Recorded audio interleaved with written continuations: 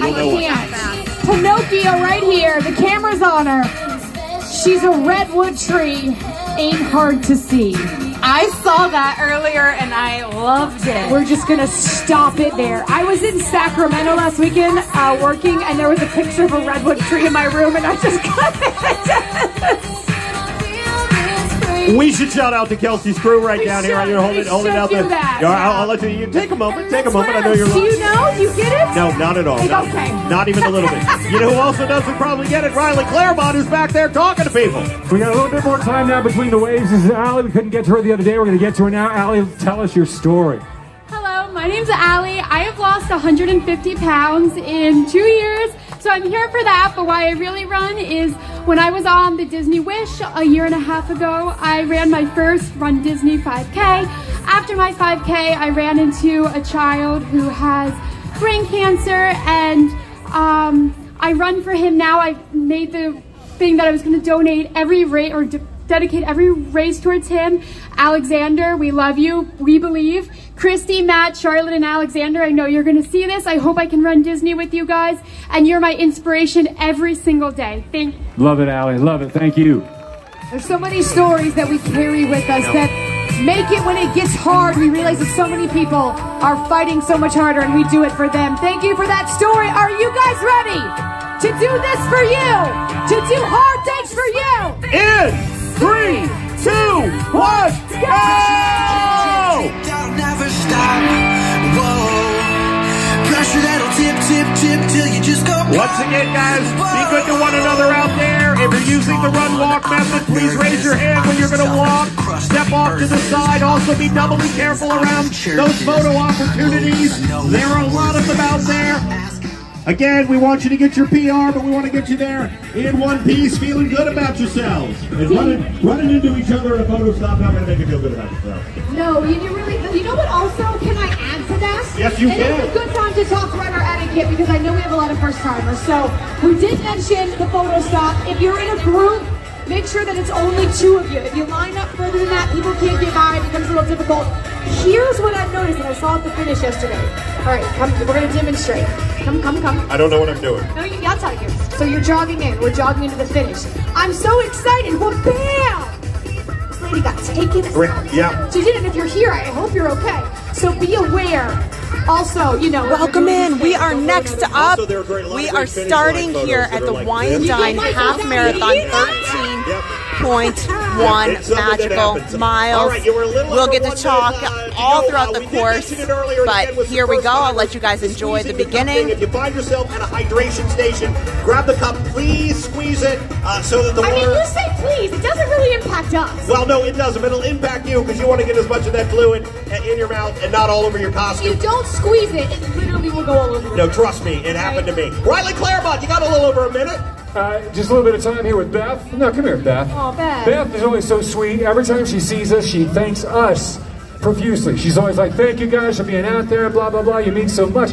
And we love that, and we take that very seriously. But I just want to say to you that on behalf of everybody that works here, it's our privilege, it's our honor to play any small part in your race experience. So thank you, Beth. Seriously. Beth, what's your story? Why are you such an endless fountain of positive energy? Seriously, I want to know. Because I run for my sister-in-law who passed from cancer. How long ago? In 2014 we lost her. We lost her too. It seems like yesterday, doesn't it? So, yeah. But you're keeping her alive. I started my health journey then in behalf of Kim. So I run for Kim. In honor of her. Look at you. And every time that foot hits the floor, you're keeping her alive. How many pounds? Don't whisper that in my ear, Beth. 90. 90 pounds for Beth. Come on, man. Wow. We love you, Beth. We thank you. All right, and we honor Beth. your sister. We've got about 10 seconds. Whatever your reason, whatever the why, let it power you through. And do it with joy, just like Beth did. We're doing it for Kim in 3, 2, 1, go! By the way, Beth, my favorite song, Beth by Kim. And roll it. No? Okay, not going to hear it, but you know. Okay, here we go. Beth from Dog the Bounty Hunter. You guys ever watch that? 15 years ago. Yeah, well, still things today. Have a good race, you guys. Believe in yourself. Be good to one another. Hydrate. I don't think we'll have problems with hydration today. I think we'll Don't skip those hydration stations when we get to later stages. Make sure you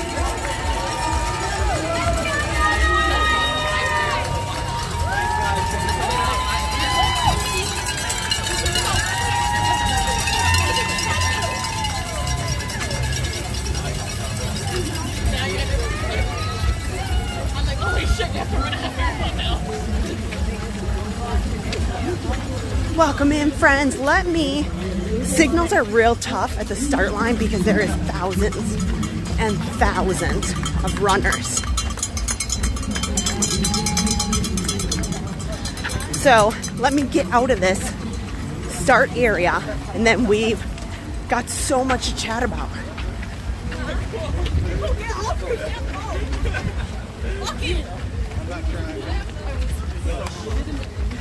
We'll be out here for 13.1 miles.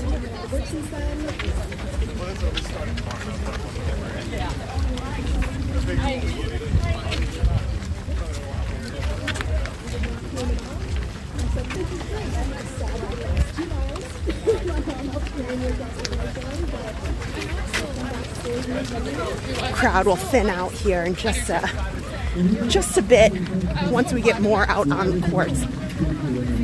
Everybody gets really bunched up right in the beginning.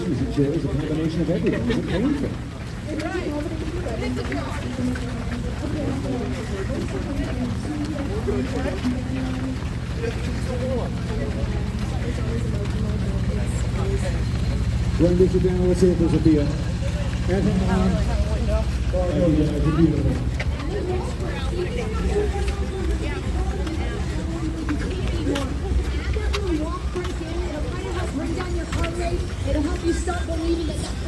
I'll give you guys my plan here just shortly. You're going to go the distance in less than 20 seconds. All right, where are my challengers at? First timers? Who's going to PR and fun today? Well, I am going to PR and fun, that's for sure. All right, I think we can set them in. 3, 2, 1, go!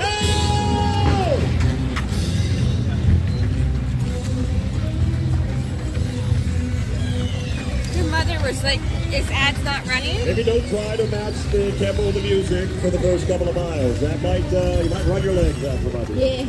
The number of people running.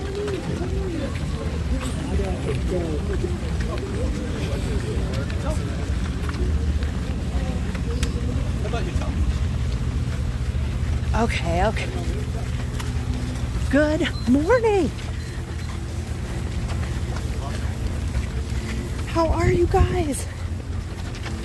Welcome in, chat. If you are watching, just so you know, I'll have my chat in my pocket for a decent majority of it, just so that I am focused on the people around me and being very safe. Oh, let me see who this is. Oh, it's Aurora. Sorry, I can't get over there quick enough.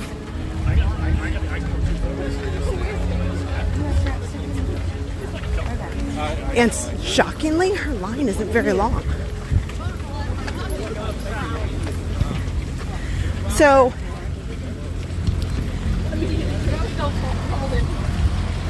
just so you know, on the mobile camera live stream,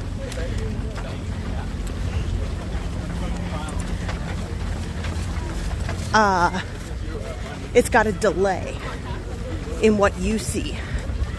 I'm about 45 seconds ahead of what you're watching. So if anybody's out on the course wanting to see me, I'm about a good 45 seconds ahead of when you're watching. So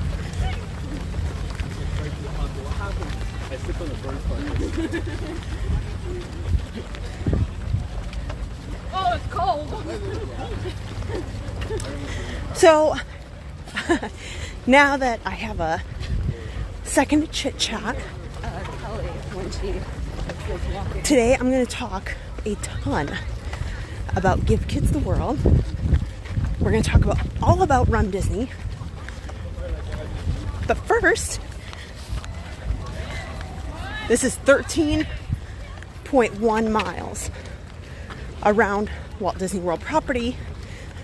But sadly, we are only going to be in 2 of the theme parks.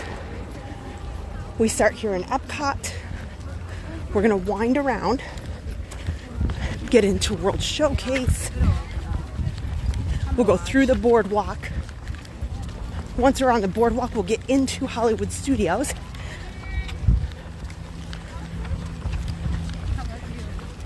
Then we go down to Coronado Springs Hotel, past Coronado Springs to the Blizzard Beach parking lot. Don't ask me why. We make a loop around the Blizzard Beach parking lot. That's what I call Disney needed to find a way to add a little bit more mileage without impacting roads.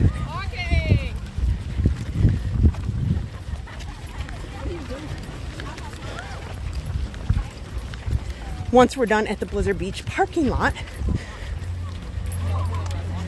we will start making our way back to Epcot.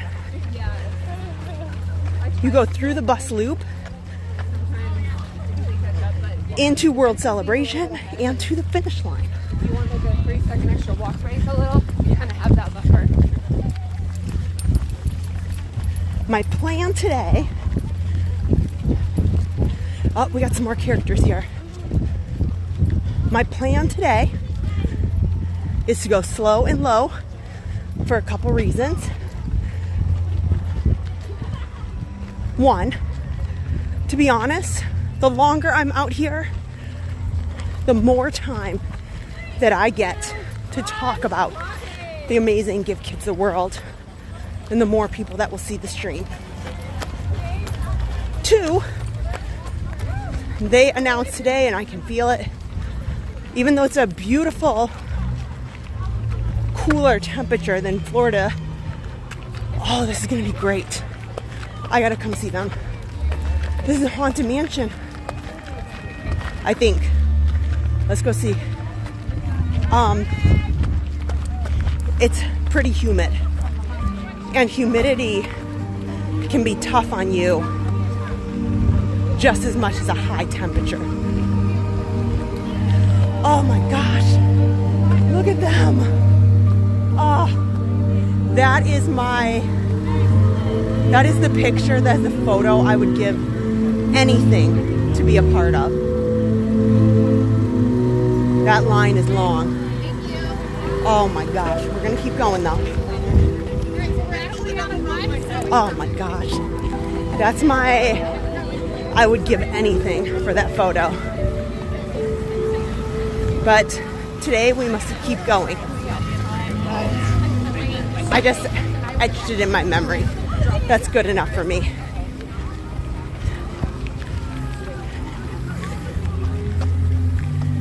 So my plan, if you want to follow along,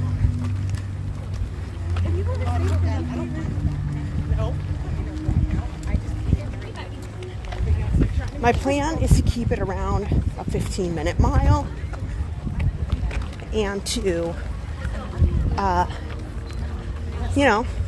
finish talking and happy. That's what's important. So let me say hello real quick. Oh, I'll go back as much as I can. Todd, hello. Tim Pendleton, hello. Kara Carter, hello. Norman, hello. Laura, hello. Mr. Green Giant, hello. Diana, hello.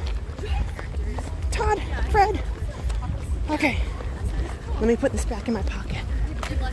Keep on going. Keep on moving.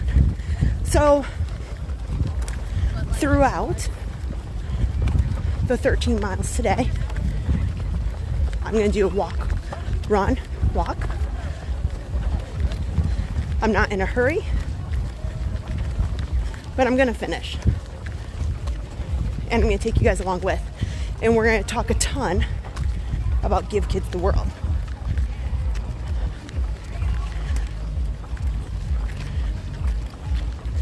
So, while we're going around,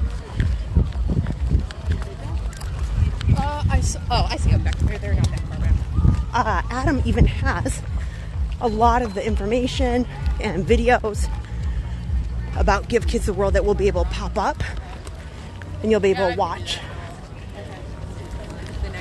in between the course.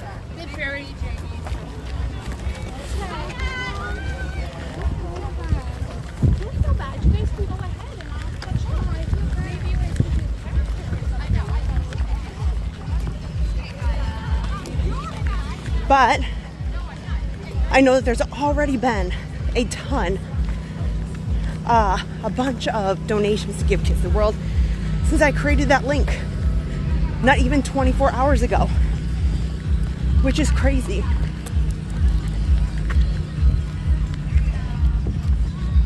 Once I get to mile 1, I'll tell my story.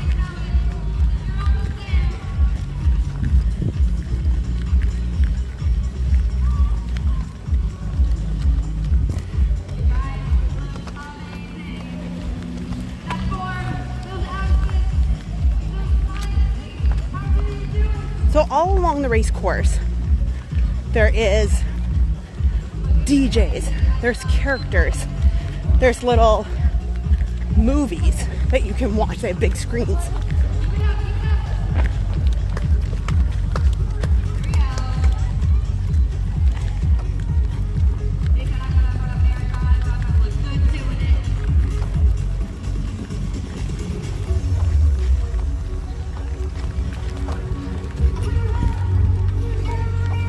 But most of all, we're going to have an awesome time today. So if you're watching live or on the replay, thanks for joining.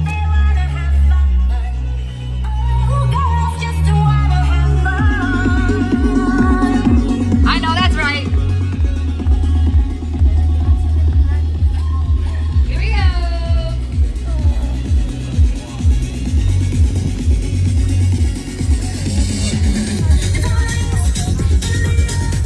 Keep it up. Okay. We're almost out here at mile 1. Sing it.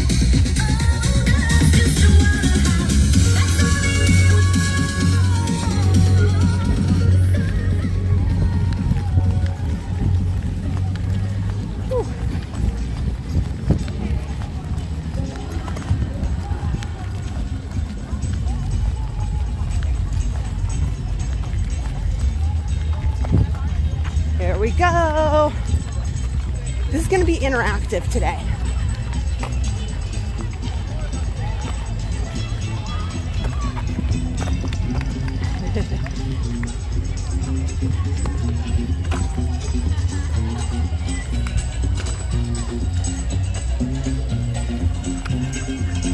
Mile 1, Grim Grinning Ghost.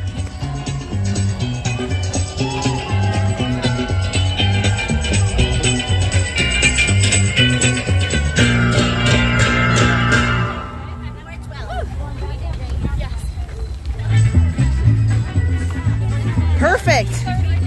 So a little bit faster than I wanted, but I want to get out ahead of things a little bit. My pace on that mile was 13:40. I'm pleased with that. I'm going to grab a little bit of water right here, right after mile 1. There's water and Powerade. Now the half marathon has also like sports beans or something that we'll see if you didn't bring nutrition with you, which I am stocked. Let's get some water. Good morning. Thanks. Thank you.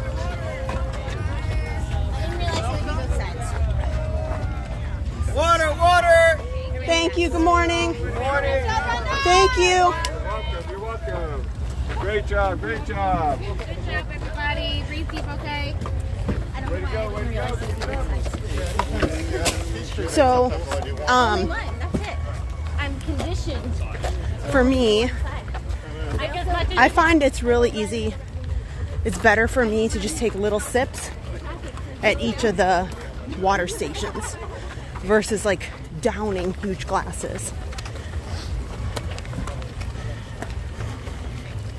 Okay. Here at mile 2,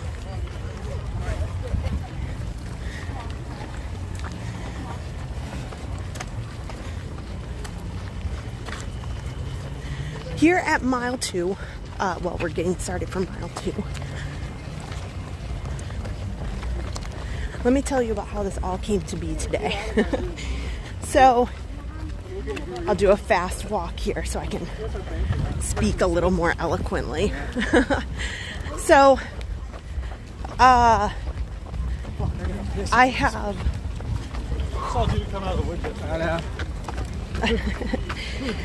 Just a reminder, this is all an adult event, so I'll just preface this live stream by saying every race, Adam and I hear it, there can be profanity, there's nothing I can do about it.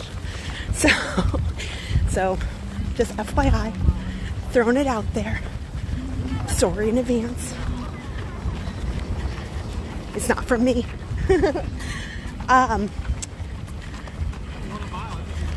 So I've really struggled with coming out here and what did I want to accomplish. I, to be honest, had completely forgotten that Wine and Dine was this early this year. What's this? Oh, some fun little banners. Okay. So I really thought maybe I won't go at all. I really thought maybe if I go, I won't stream it. I'll just sit back, enjoy. But after much thought, I decided I was going to come one way or another.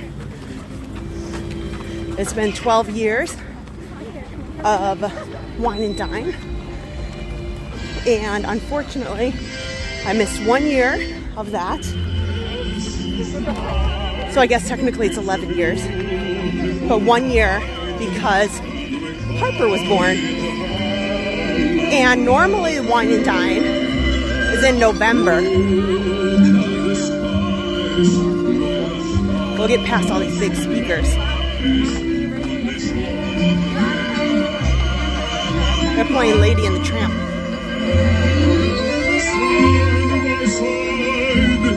So, you know, I don't know, I just wasn't feeling good about the race, and I wasn't feeling, I just wasn't feeling positive about it. So, I don't know, it came to my head, it came to my mind that there's a lot of people, particularly children, who are going through some really hard things that are much harder than this race, things that are much harder than going out here and walking around your block, than, you know, walking this race, running this race. And there are people and kids who would give anything to do something like this, but illness prevents that and has them going through so many things that are unfathomable, to be quite frank. And I thought a lot about this was a really deep thought process. But so I started to think about how, you know, I really want to use this time to do something good for people who are having so much trouble And Give Kids the World has been a big charity in Adam and I's life. And to be honest, working with kids and just having 3 kids of my own, 2 of the kids have had and do have medical issues, but nothing that compares to what the kids at Give Kids the World experience. They don't know if they're going to see their next Christmas. They don't know if they're going to see their next Halloween. So those are all a big part of Give Kids the World. They have a trick-or-treat night all year round, every week. They have a Christmas night. They have all-you-can-eat ice cream. They have pizza. They have doctors on staff. The rooms are equipped with medical devices and needs, and all to give these kids an experience that they deserve, because they are going through things that are so hard. And so when I was thinking about this race, and I was like, I am blessed, very, very blessed to be able to even be out here. I'm blessed to be able to have Disney a part of my life all the time. And I think the least thing I can do is to come out here and spread joy when there's tough spots for so many people right now. And I can't raise funds for every charity at once, but I decided I was going to pick Give Kids the World because we've worked with them before, because we know that their cause is absolutely a worthy one, and the magic that happens there is unbelievable. Absolutely unbelievable. I've been given the honor to go down there and volunteer numerous times in different ways. Unfortunately, it's not something that I can do, every week or every month for that matter.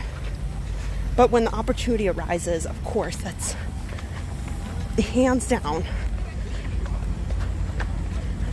what I want to do and where I want to be. But, really over the course of the last few months and the last year, just to share a little bit of my heart and why this is important is because, like I said, my older kids have had medical issues that I don't talk about on the stream. It's not something I want to put out there. But you guys do know that my oldest son, Josh, had spine surgery over the summer. And again, that is not a critical matter where, his life was in jeopardy. But it really opened my eyes to, again, when you think about what we're talking about today, you take sometimes and I'm speaking for myself, I take my worst problems and amplify them tenfold. And that's what these kids at Give Kids the World are experiencing. And they're just children. They're just children who never asked for this. They thought they'd have this fun life on the playgrounds. Oh, Chip and Dale! And They just want to go out and be kids.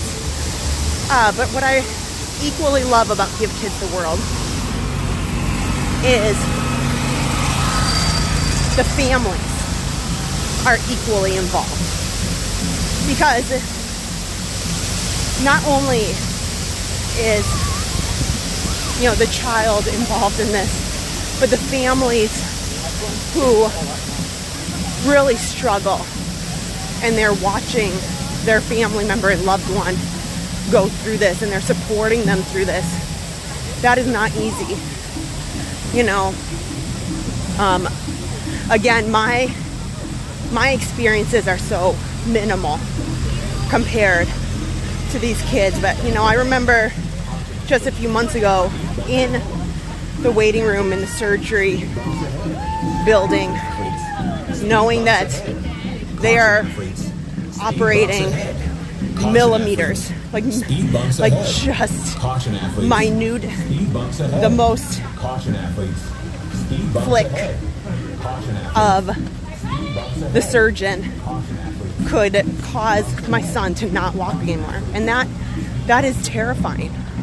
That is terrifying to know his back was open from his neck to his all the way down to his behind.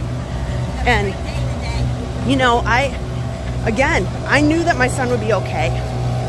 And I knew those scary situations happen. But I think it's more difficult for these families, these brothers, these sisters, these moms, these dads who are a part of these critically ill children, and to have a ray of hope in a difficult time. And that's what Give Kids the World brings. They actually have carnival rides that are modified so that the kids can go on these rides, you know, with medical equipment. They can do things that other kids can and maybe they can't out in their normal life. And Give Kids the World has gone above and beyond. The parks support them in unimaginable ways, and the local community here in Central Florida supports them wholeheartedly. So today I thought to myself, like, you know what, this can't be just another, hey, we're gonna go out and run 13 miles and we're gonna live stream it and that's super fun and like go you, go me. I really want it to be about doing something good and positive and bringing awareness to some of these kids and their experiences. Good morning, we're at mile number 2. So if you are watching, you can put some number 2s and some check marks in the chat. We're at mile 2 here in World Showcase in Epcot. Pretty good. Even that one, that mile, and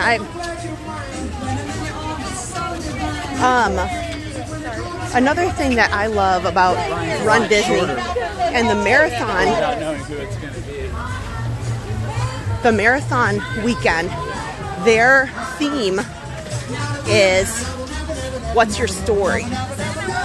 And I've been preaching this for years and years and years and years.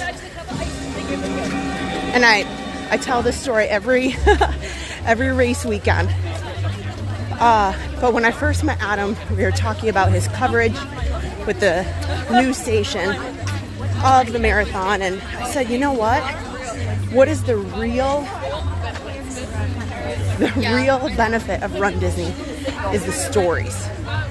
The stories of determination, the stories of overcoming, the stories of positivity, of friendship. And they talked about this a little bit at the starting line while people were waiting in the corrals.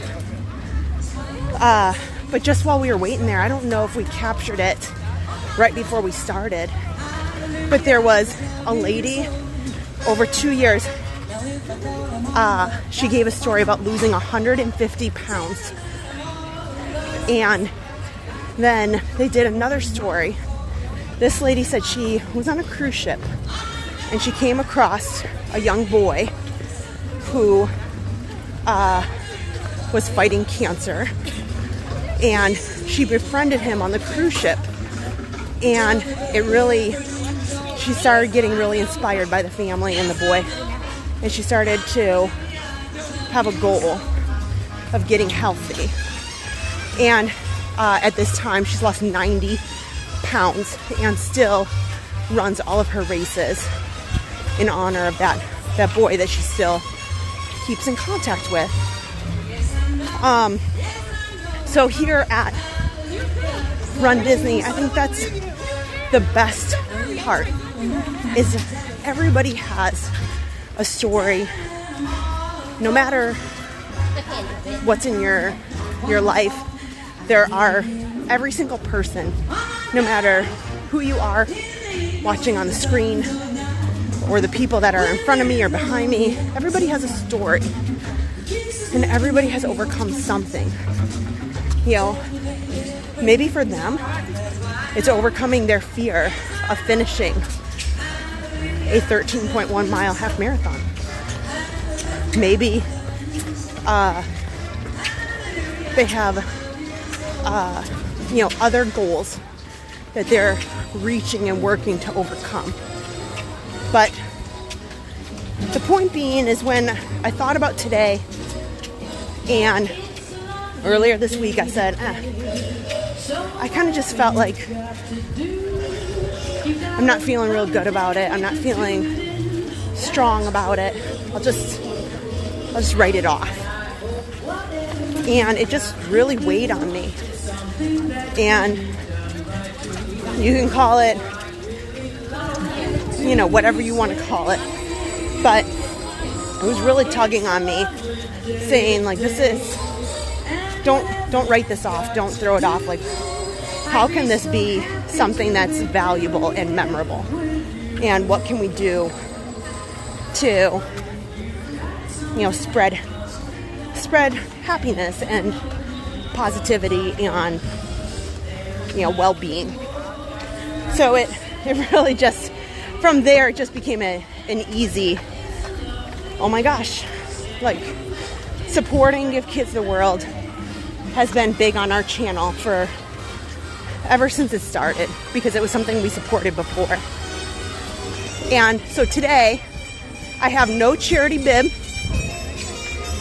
I just paid on the regular registration day like everybody else, and I just decided this at the very last minute to say, today is a great day to say, you know what, some of these things are hard and they're tough, and there's no doubt about that.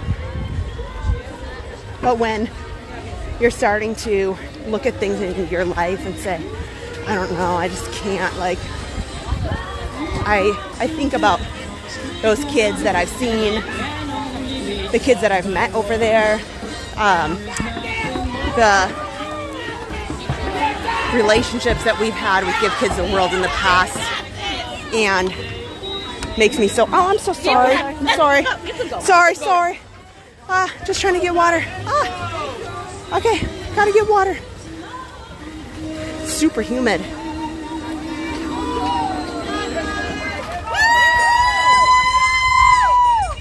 Thank you guys. Good morning. Thank you so much. Thank you. Thank you. Okay. Here. But while we go through Epcot here, I'll check the chat and then we'll zip around a little bit.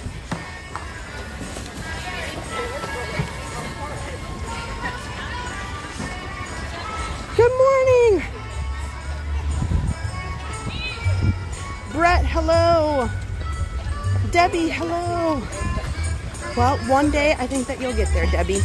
Godzilla fanboy Tyler, hello. Thank you to all of you guys who have made donations already. I'll have to call them off in a little bit. Okay, let's we're gonna do a little jog.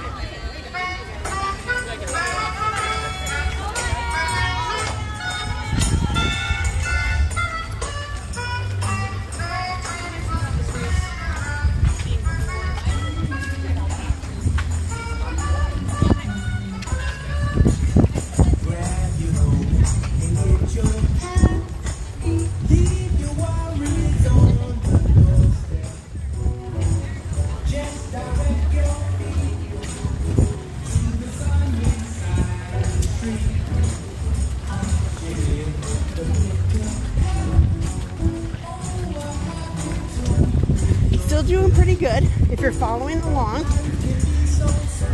my pace is 14 minutes and 37 seconds. Just a tad faster than I preferred to go, but I'd always prefer to be faster in the beginning. Now, Adam, he is completely different. So crazy. He is so great when it comes to running. He has what they call negative splits. What that means is he starts out slower, and then he has his final miles are faster than the beginning miles. And that is unusual, is uncommon. It's a very good practice to have. I'm not good at it. Because I always want to go quick and start out strong. But Adam is just very disciplined when it comes to that. And so he traditionally has these really awesome negative splits. So, oh, I can't get over there, but there's, looks like Remy and Emile. There was nobody there. Sorry, over in France, Emile came out just as I was turning the corner.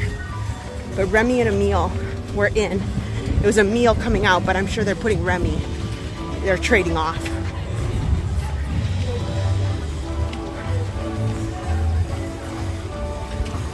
Thank you again for joining me and for being a part of my race today.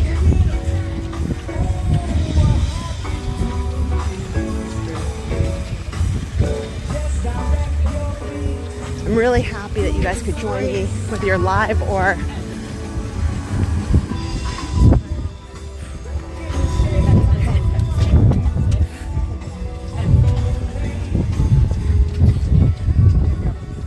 so once we exit over here in the UK, we are going to head out into the boardwalk and head into Hollywood Studios.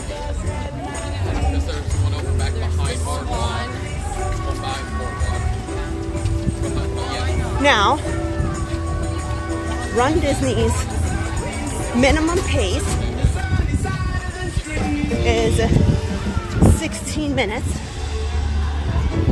but that's really only if you're the last runner and you are going with the balloon ladies. You really should train to keep that 16-minute pace, but I'll give you an example. If you start in crowd B, it's going to be a good 45 minutes before the balloon ladies even cross the start line. So you have a buffer of 16 minutes plus 45. So that's hours. That's, you know, if you're a faster runner. That's what I mean. Like if you're a faster runner. So we are going backstage. So I'll walk through here. We'll do a little more jogging when we're out on the roads. But kids over here. Soren living with the land. This is one of the few times that you will be backstage and be able to see it all. Oh yeah, we got some royal waves, I love it. So sparkly. That's right, y'all, we're turning up out here today. Y'all are doing so good. Keep it up, keep it up. Oh yeah, oh yeah, oh yeah. I feel the energy from here, y'all. Keep it up, keep it up. Thank you again. My friends, y'all are doing so amazing out there today. Truly so inspirational. Y'all, it is so early and y'all are doing so much and I love it. You guys are so awesome. Just keep pushing. That's right, that's right. I feel it, I feel it. So we are about to go here to the boardwalk. I think once I am off the boardwalk, I think I'll have Adam roll the Give Kids the World video, because there's really not much to see. Oh, who's this? Oh, they're just taking photos with the topiary. There's no character, just topiary.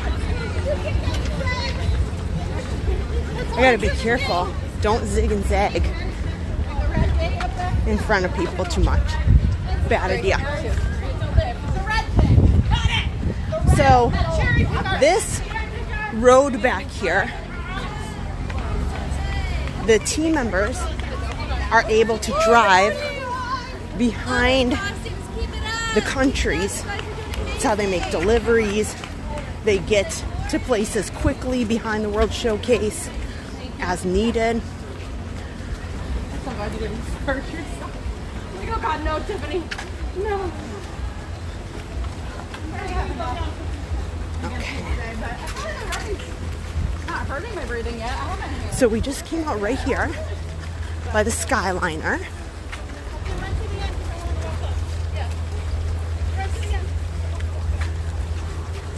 And yes, it is running.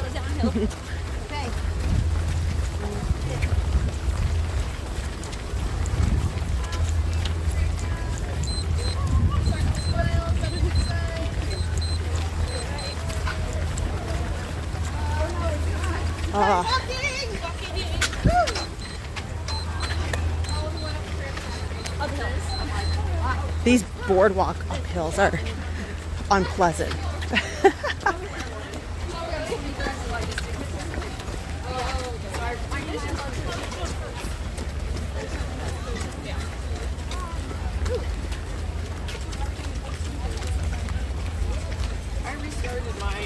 If you haven't already, remember to hit the thumbs up. It recommends the stream out to anybody who might be waking up and want something interesting, something different to watch. 7 seconds, you got this. 7 seconds, you got this. Last hill.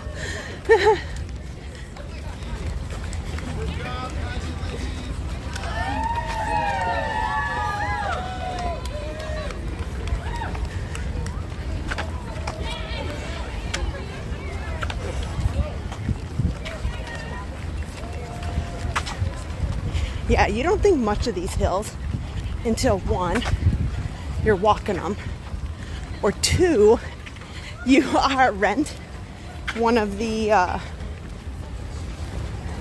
little Surrey bikes, and oh my gosh, if you want something funny to watch, just sit at the bridge with the big hill that's over by the Swan and Dolphin, or right over here, and watching people take those Surrey bikes up those steep hills.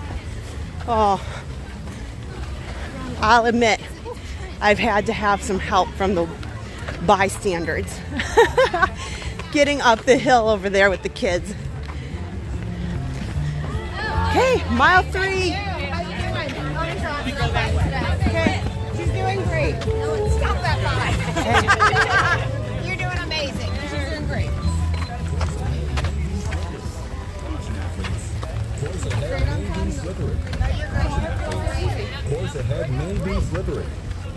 athletes. Course ahead may be slippery. Caution, athletes. There's going to be a bunch of people over here cheering, so we'll go check that out. Who do we got on this side? Oh, bowler hat guy.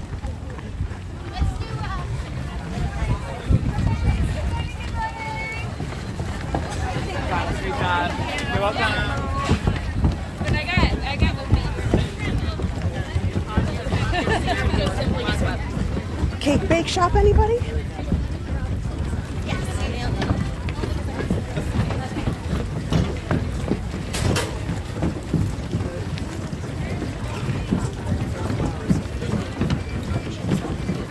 Now they make this a quiet zone.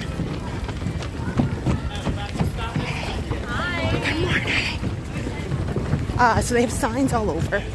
Because of the rooms that are up here, they have quiet zone signs.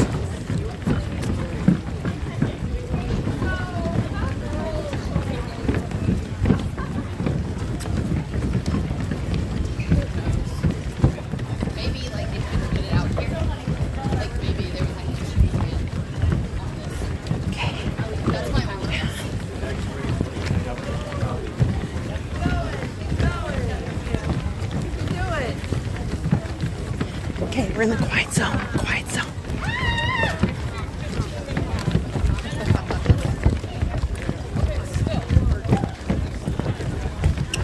Oh. Oh. Excellent work, my friend. They have cones out there.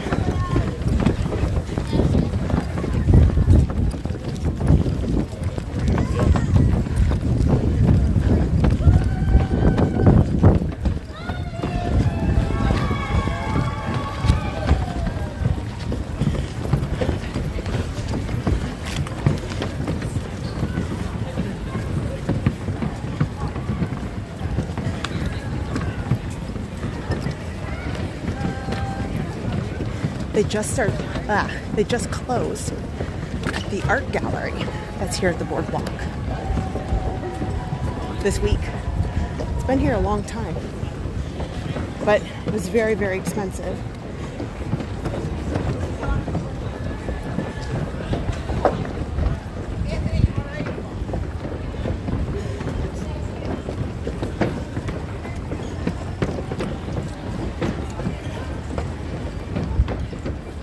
Well, there's no shortage of PhotoPass photographers. I noticed that. If you are excited for race photos, they have absolutely added tons compared to a couple years ago.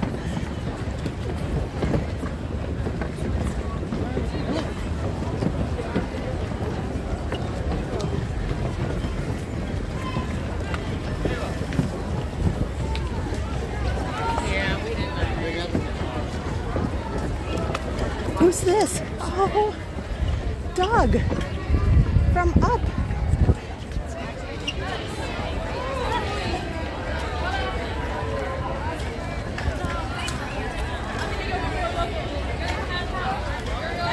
Okay. Ooh. I'm gonna get some. Thank you. You're welcome. I'm gonna take some energy. Look at you. Looking good out here. Thank you, thank you. Welcome.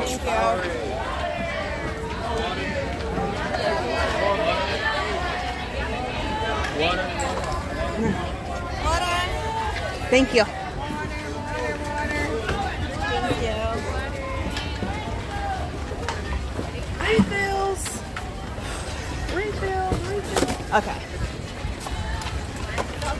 Now, this part of the course is super narrow. So here already is a first aid stand, first aid station. I'm gonna see if Adam can run the video for us since we're in this. I'm gonna force myself to feel right now because I don't want to. This Jake?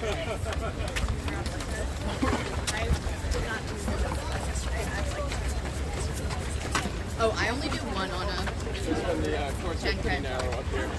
I feel it got really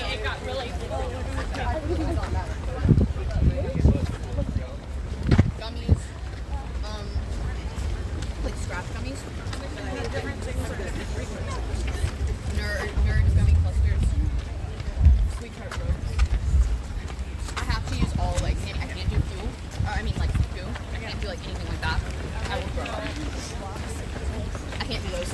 I don't know why. They just don't work. Probably the one word I would use to describe this place would be happiness, peaceful, laughter, magic.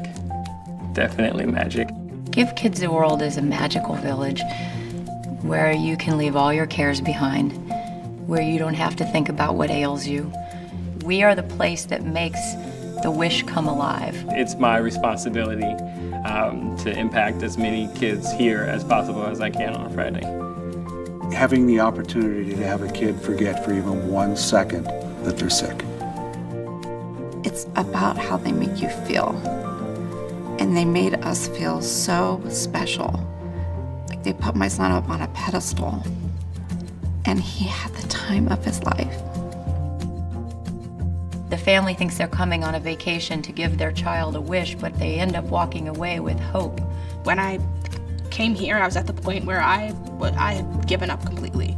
I didn't see any future for myself whatsoever. I just saw the next doctor's appointment. And I got here and Give Kids the World grabbed me under the arms, picked me back up and said, you have more to give in your life. You mean more, you are worth something. And I lost that completely. I didn't think I was worth anything.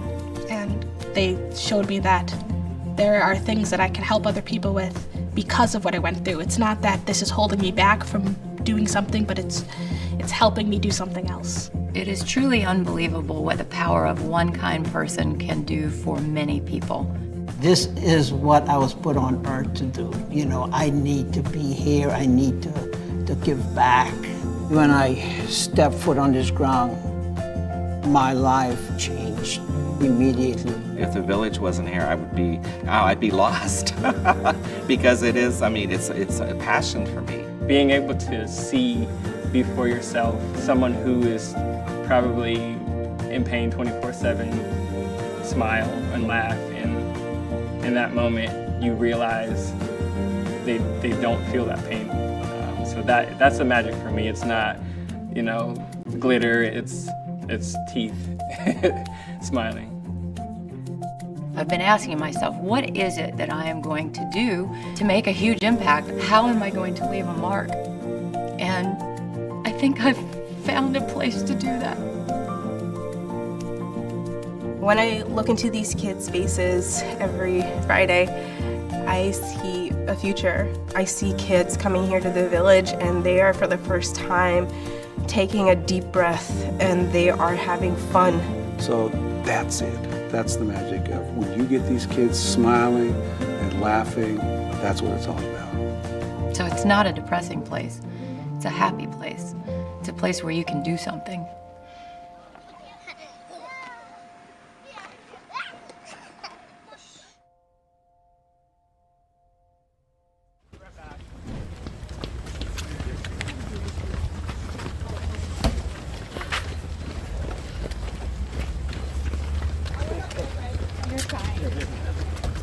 If I slow down, I'll stop. I hear you.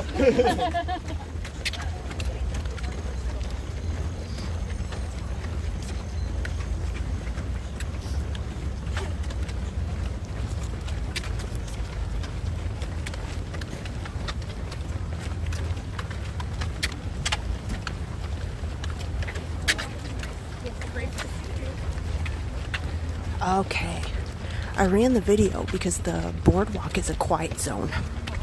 So thanks, Adam, for popping on that video. So you have to enjoy the ambiance here for just a little bit, since this is a quiet area.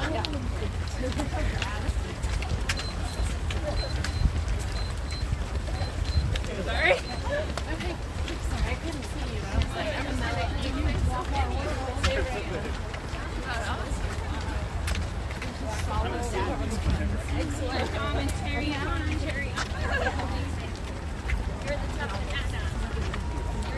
Yeah, you can just do it. I thought you were cool that day.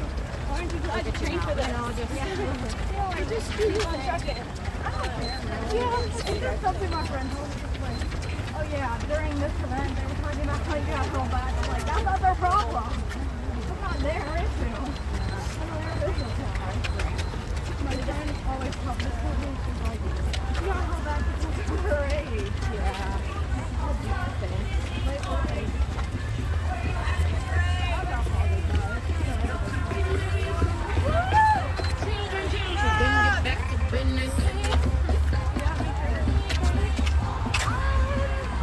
This area, the boardwalk, is so crowded.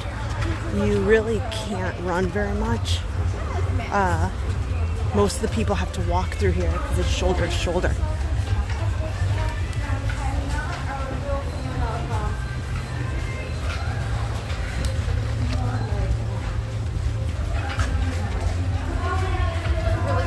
But we are getting right up here to the entrance of Hollywood Studios.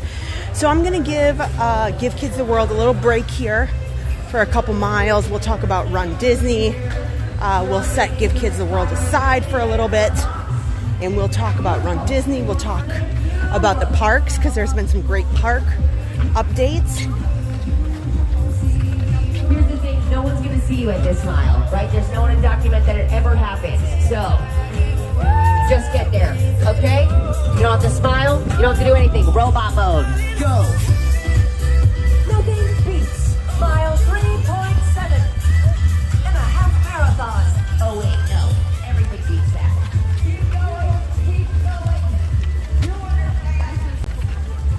She's probably texting now. No, there's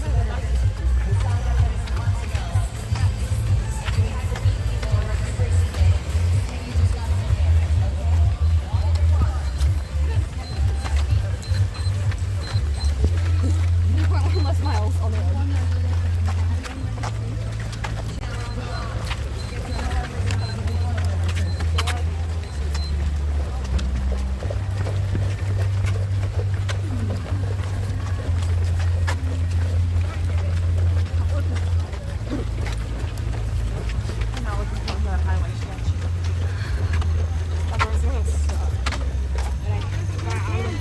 If I can grab this for Kay. I mean, I can't stop. Did you see the crowd behind you? If only I could say, hey, at mile 3.85.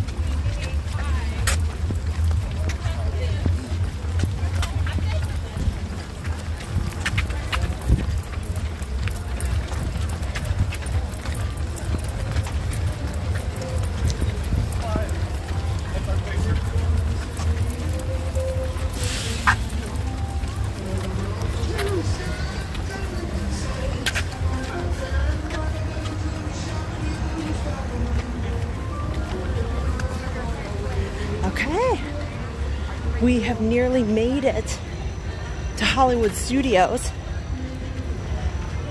We're gonna see some construction updates in here.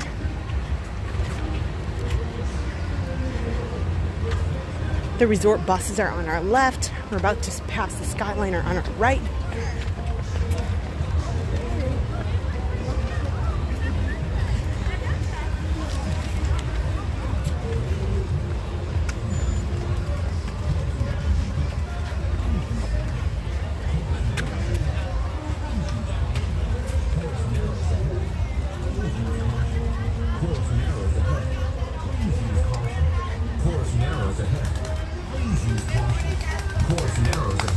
Going through? Yeah, I'm going through. Oh, okay. Course narrows Poor ahead. bus driver's trying to get through. Course narrows ahead. Please use caution. These are some Course good narrows bathrooms ahead. to stop at. Please use caution. Course narrows ahead. Please use caution. Course narrows ahead. Please use caution. Course narrows ahead. Okay, we're almost to mile 4.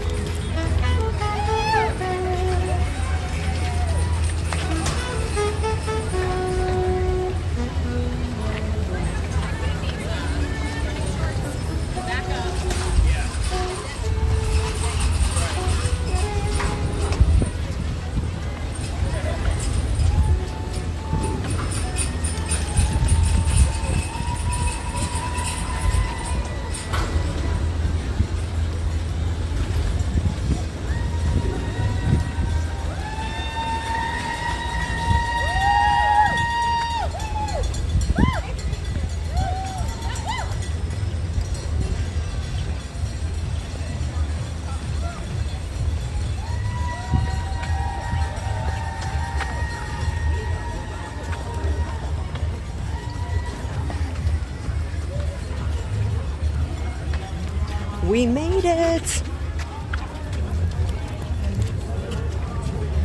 4 miles down.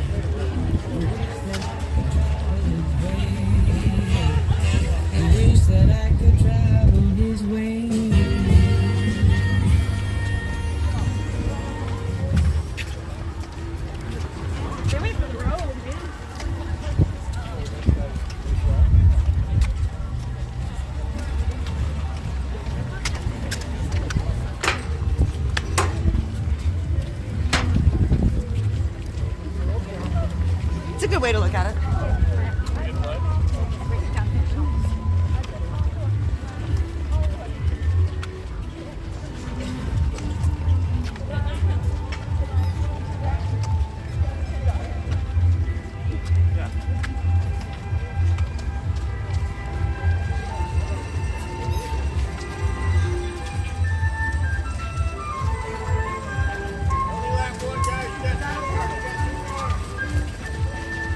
Here we go. They always have fun characters in Hollywood studios.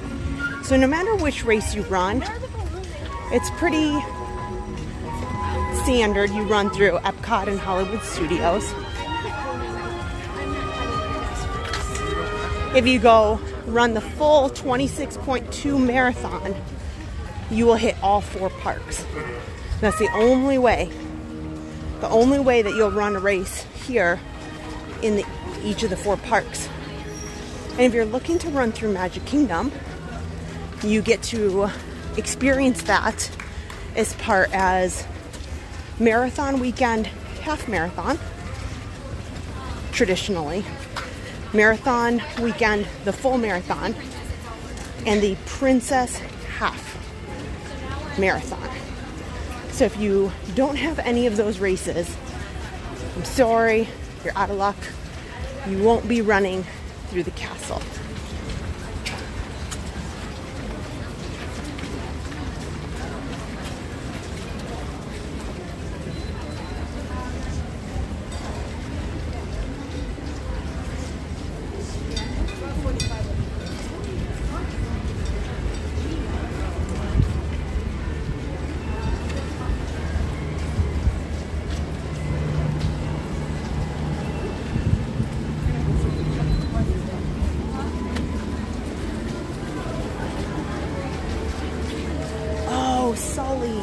From Monsters Inc. is over here.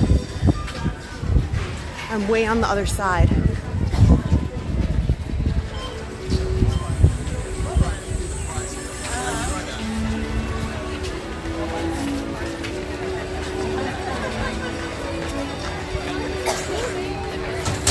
His line is pretty long.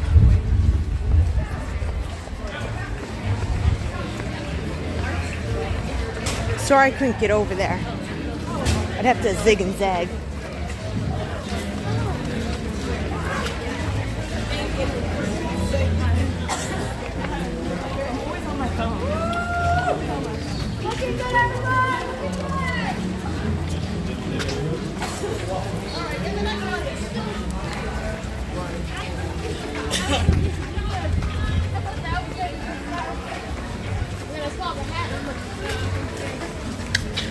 There's a couple of different things if you are in the races. It's not just a Disney thing. Race etiquette. So, some things about race etiquette, and you'll notice it as we go along. Walkers or slower runners stay to the right. Faster runners on the left. You know, if you're following the Jeff Galloway method, run, walk, run, I would say kind of stay towards the middle, because you are usually doing these intervals that are run, walk, run, walk, run, walk. So, but if you're going to walk for a while, most definitely stay on the right-hand side of things.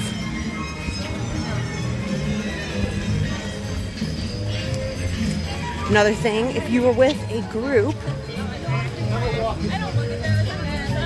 I think it's the right thing to do to not walk more than 2 in a row. But it's absolutely very frowned upon to be like 4 in a row, that sort of thing, and blockade people behind you. Another race etiquette, if you're running and you decide you'd like to stop or slow down and get off to the side to do so, it's proper etiquette to put your arm up, which is a signal to other runners that you'd like to stop or slow down or make a change in your movement. Oh, it's Daisy. Over here? Yeah. We just go. Thank you. Good out there. Keep it up. Keep it up. Narrow. It gets narrow. That's better. That's Keep it up. Halfway's getting narrow. Be careful. Be careful. Halfway's getting narrow. You've got this. We're so proud of you. Looks like they're doing something in the concrete here, so they don't want anybody over there.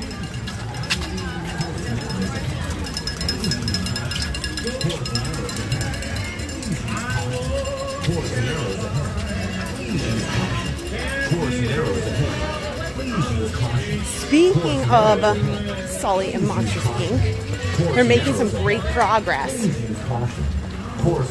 on the Monsters Inc. area right here that will take the place of Muppets Courtyard.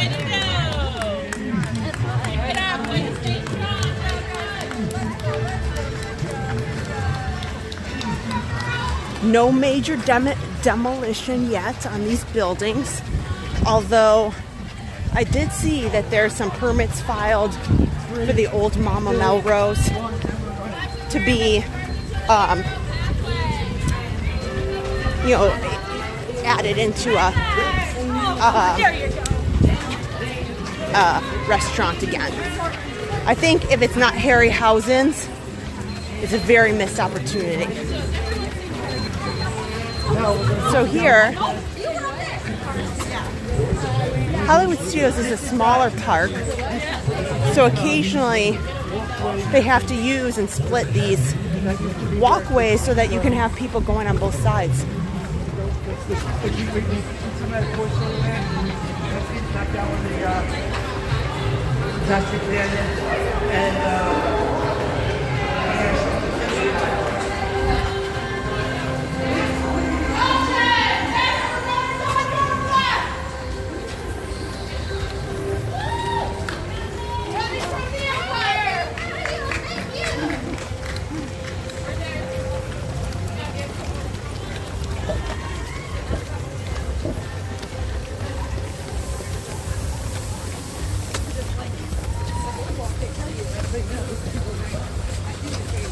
Now, one of the great things, we're here in Galaxy's Edge. Rise of the Resistance is such a popular ride. It's been a bit, but just remember, there's no virtual queue. There's so many times during these races in prior years that at 7 a.m. you'd hear in just a little bit, it's 6:38 right now, Mandalorian and Grogu. I can't go back there because the line is so long. Mandalorian and Grogu is back there. Wow. That's so cool. Yeah, I can't get back there because you have to stand in the line. You can't just walk back there. They got cool smoke effects going.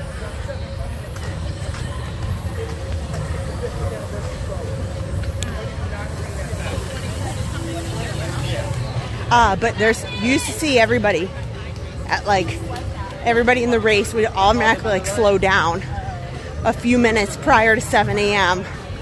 and everybody would be hitting the virtual queue app trying to get their lightning lanes for Rise of the Resistance, Guardians of the Galaxy. Thank goodness that is no longer. There's Chewie!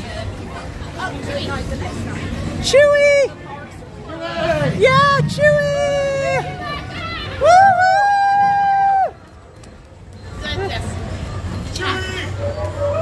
That's awesome.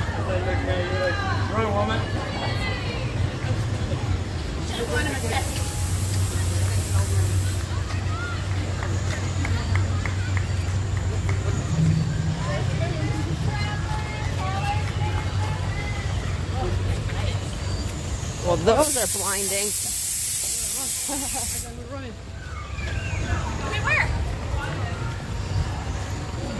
Oh, the photo. I don't even want to know what that photo looked like. My eyes were like blinded. I didn't realize they were photos.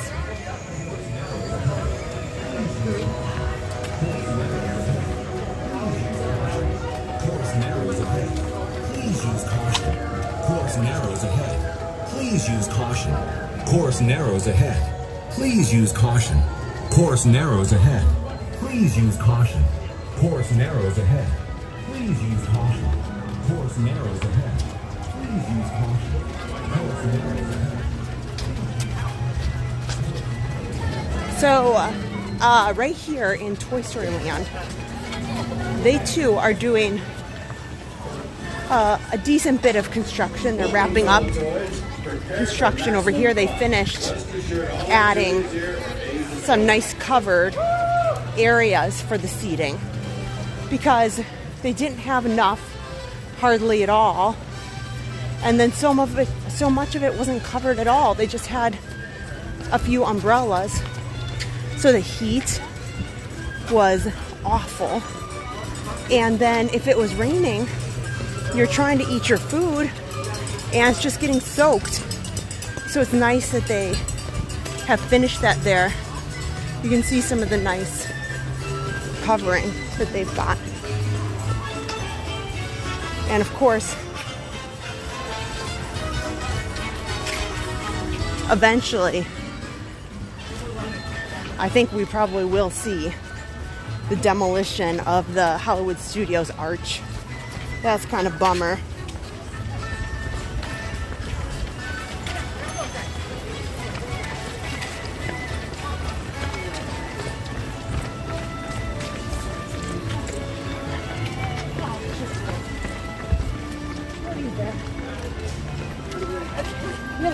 Woody is way over there. I won't be able to zigzag to him.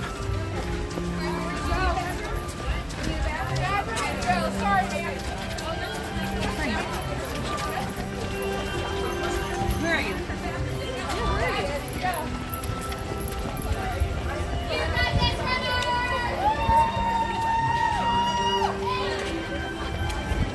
Oh, we're being diverted.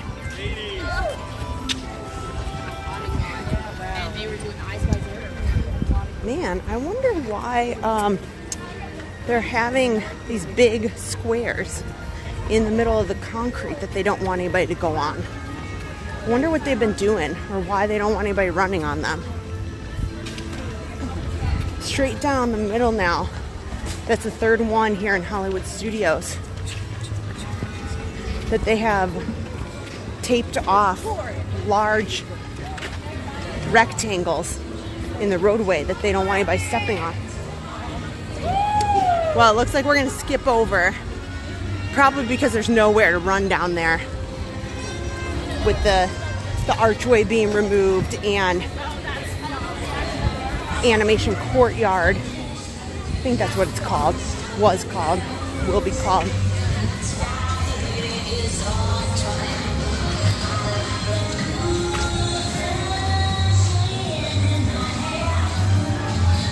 Back in this area, this is where you can meet Edna Mode and Pixar characters.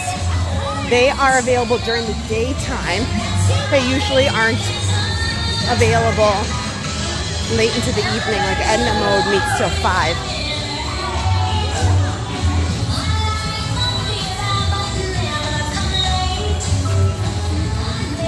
This is where you can get your Jack Jack Num Num cookie.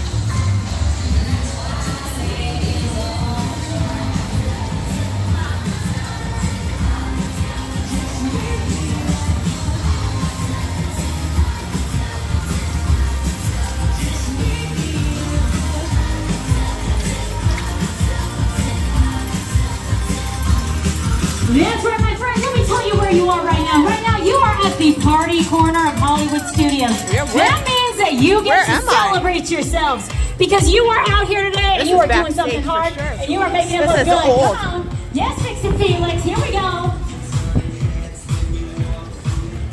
Sing this out. This is the old New York area. Looking good out there. That's right, everybody. Celebrate yourselves right now. Man, how many of you guys used to come for the Osborne family lights? That was so fun. Just had me thinking because of this back area and what it used to be. The lights, camera action, motor car. Please use caution. Course narrows ahead. Please use caution. Course narrows. Great.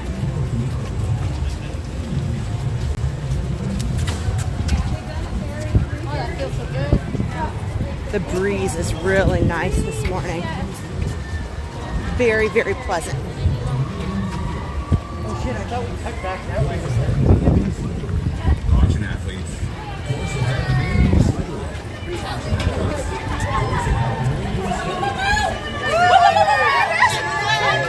What is a retired attraction? Hollywood Studios is full of them. What's a retired attraction? I'll take Disneyland or Disney World. Good luck, guys. Good luck. Good luck, everybody.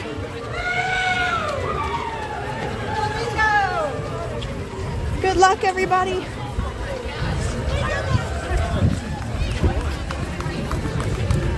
That you miss. Like what, if there's an attraction that you could bring back, what would that be? I'd love to know. As long as we're in here in Hollywood Studios, which has so much change and refurbishment going on. Okay, here we go. We're right here.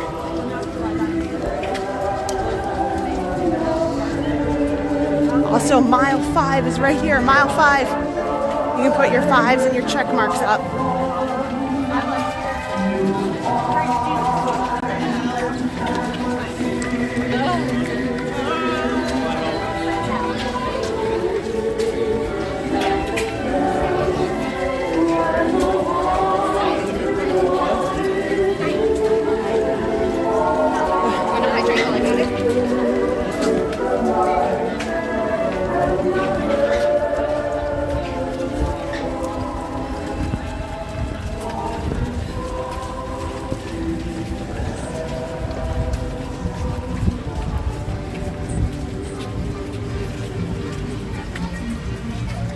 Now let's see, this is normally Mickey and Minnie. Ha! Hi!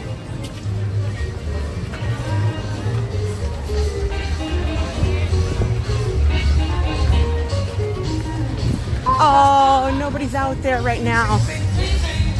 Nobody's out there. But this is normally Mickey and Minnie. And some really awesome, like, almost like sparkly, glamorized dress and tuxedo.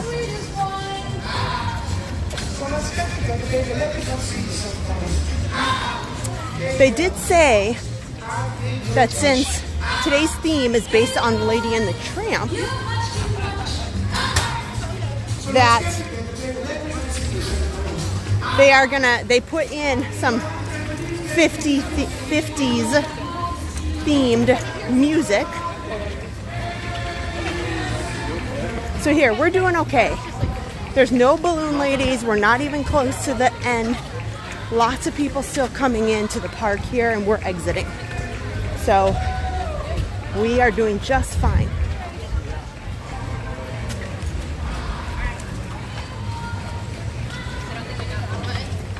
Mile 5.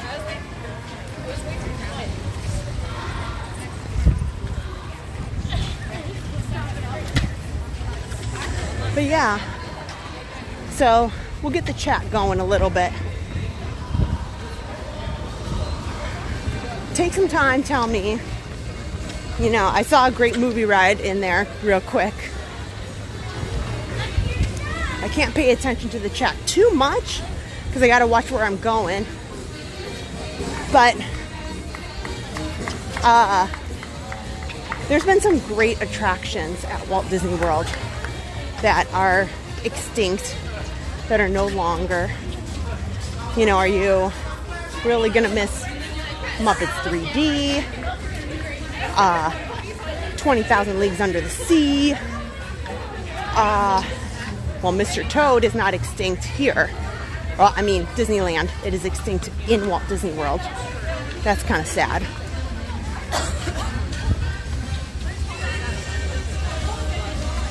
Speaking of extinct, it's another interesting concept that we still have Tower of Terror here at Walt Disney World, but unfortunately, California, Disneyland Resort, California Adventure, no longer has their Tower of Terror. They do. It is rethemed to Guardians of the Galaxy Mission Outbreak. I felt like it was a little tongue twister. Now, over to the left, I'm gonna miss it a little bit.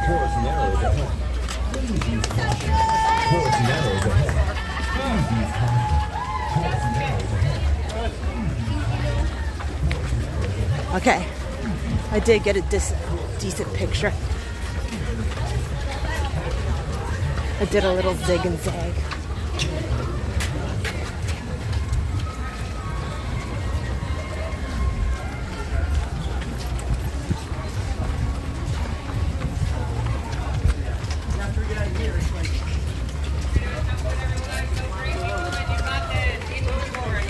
Good morning, thank you.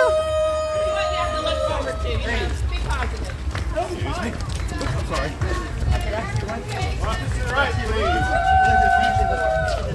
Yeah.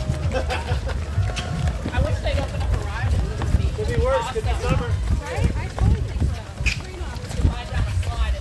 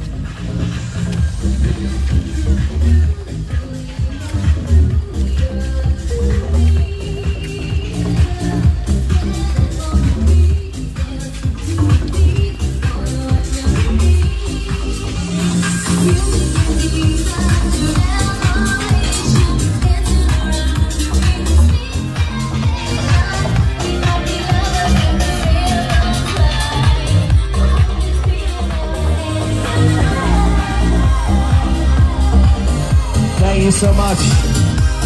That's right, friends. Looking good. You're doing it. Oh. Says, what's your favorite place to dine? Okay.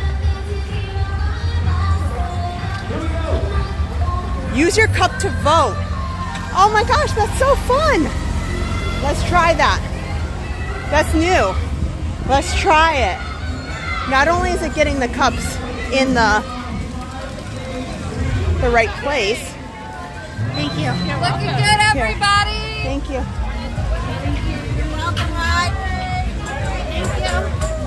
You got this. You got this. Over there. Right over there.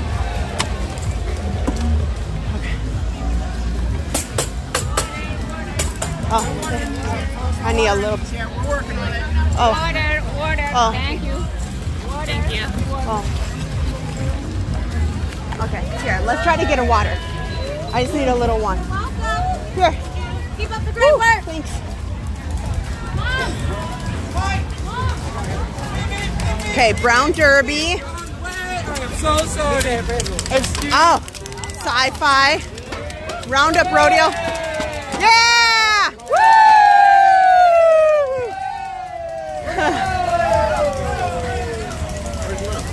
Here we go. Look at, he's just here by himself. That's awesome.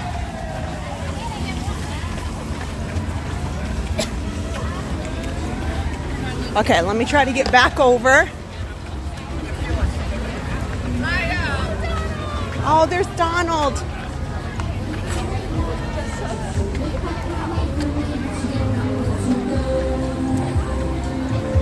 And there's a medical tent right here.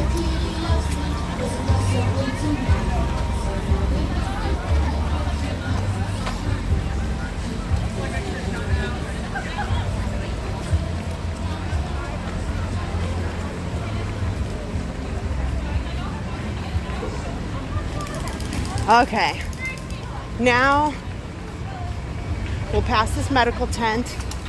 Doing okay. Don't need a medical tent, medical attention.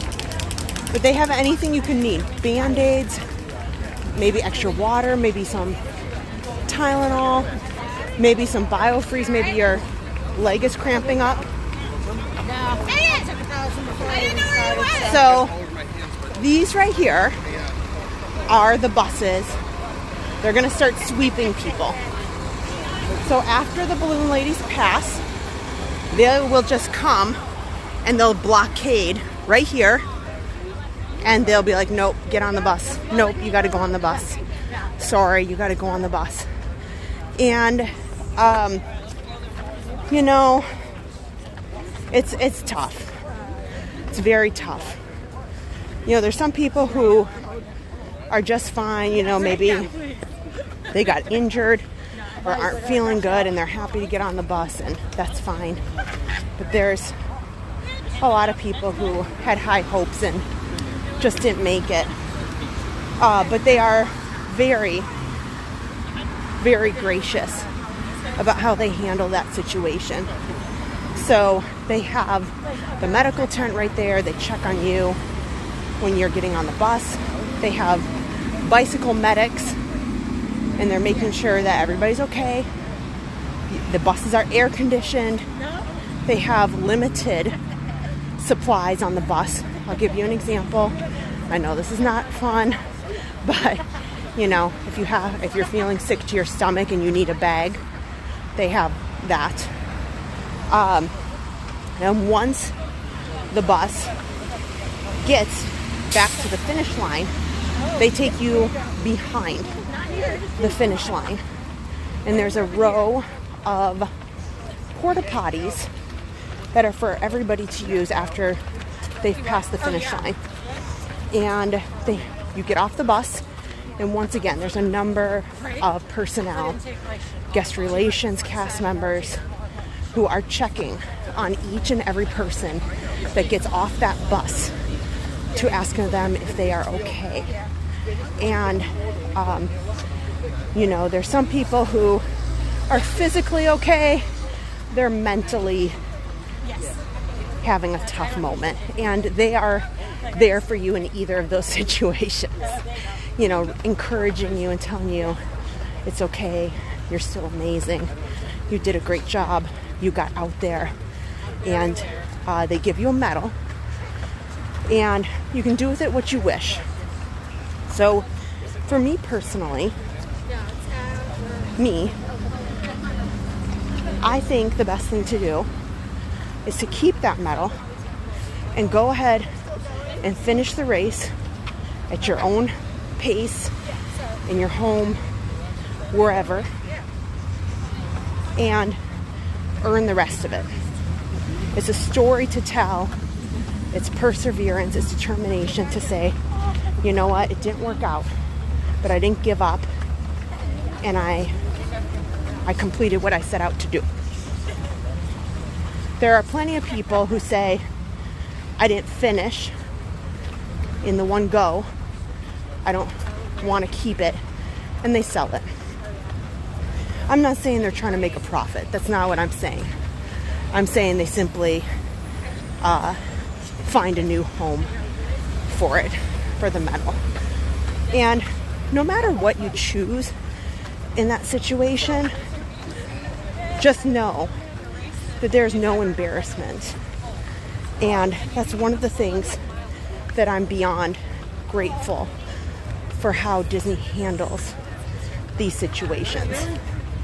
They absolutely have the utmost kindness and thoughtfulness in how they handle it.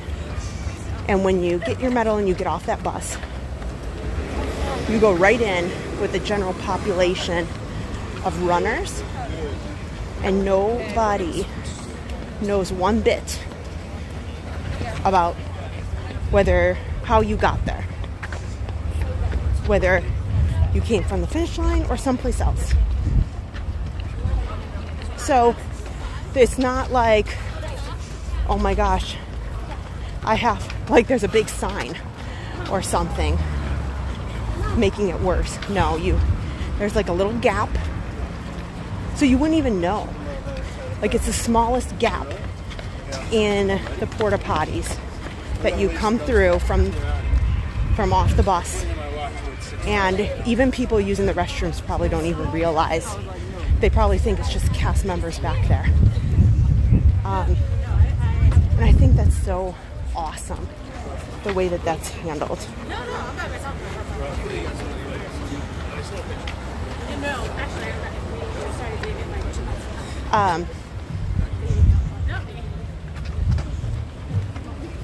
So we did get swept once, and we did it on purpose, and we did it for video purposes, and we have a video about it, and it's probably the video I'm most proud of.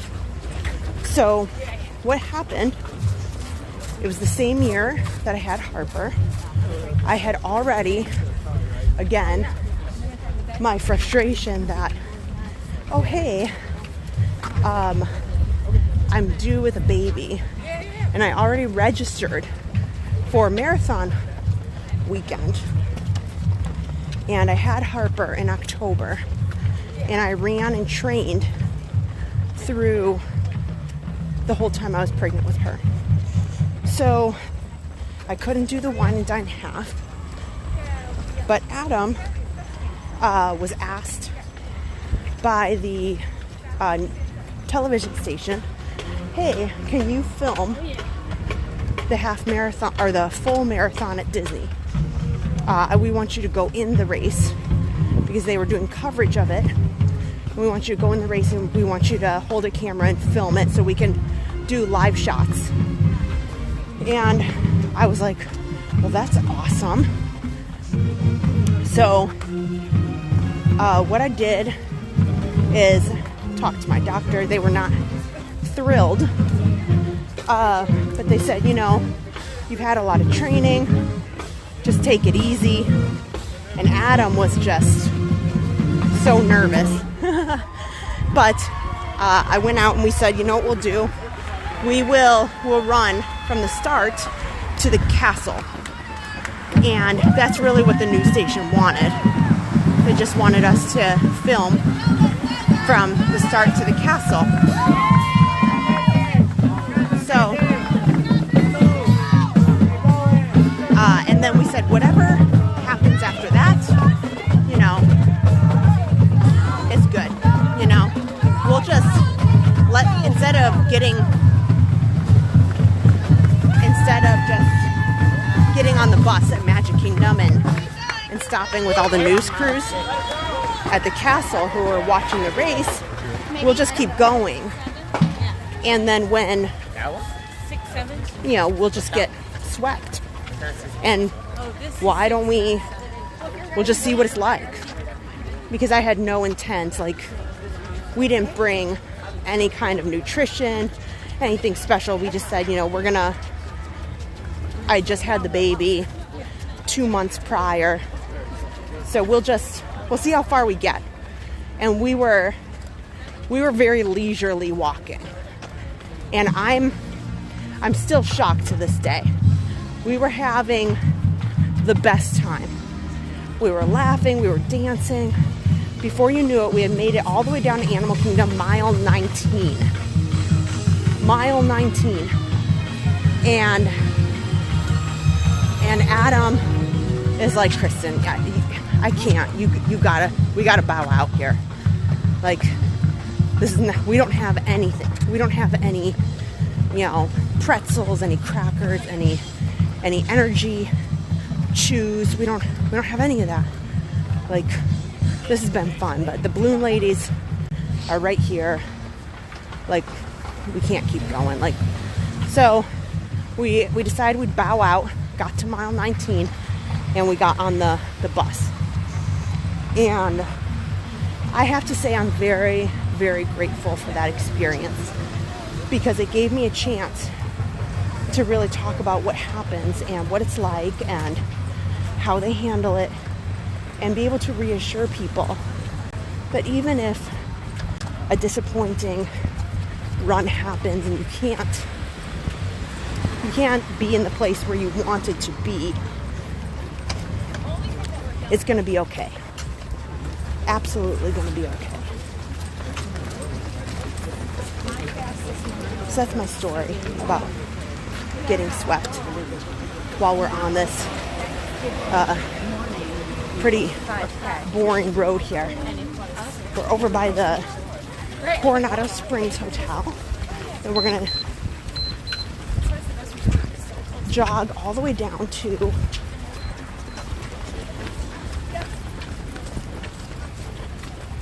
Blizzard Beach.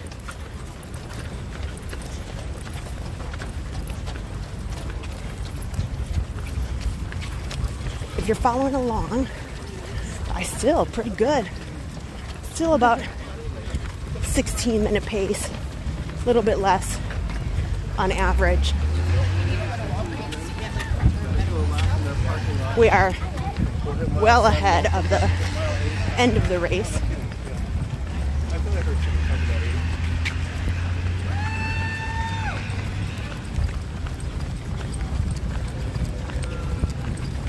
You all are amazing!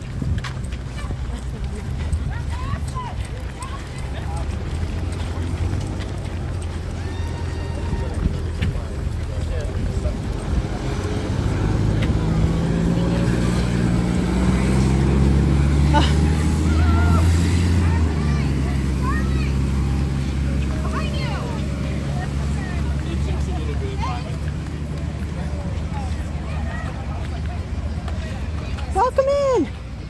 Mile 6. 6 potatoes. 6 potatoes.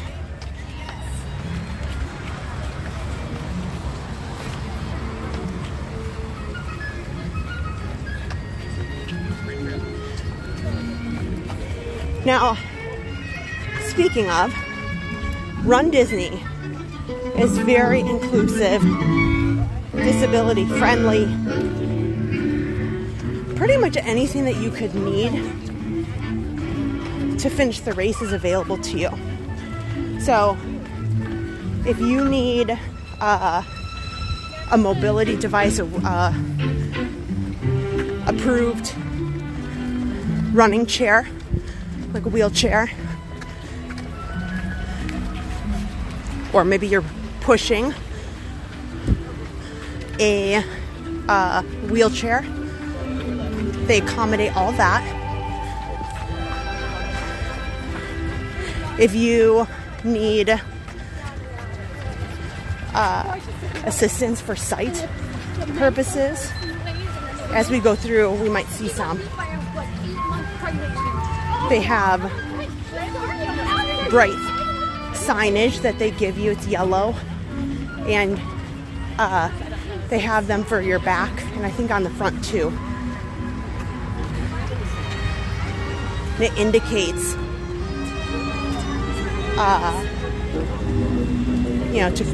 caution.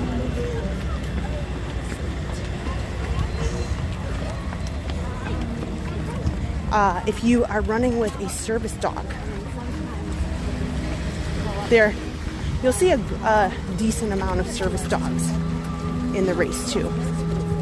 So all of that is available if you need any of those accommodations.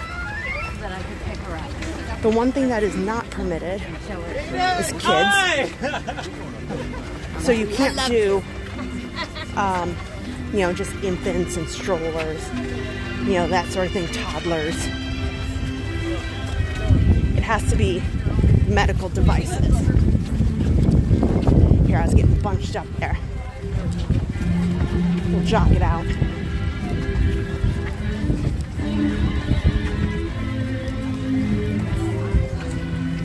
Look at this.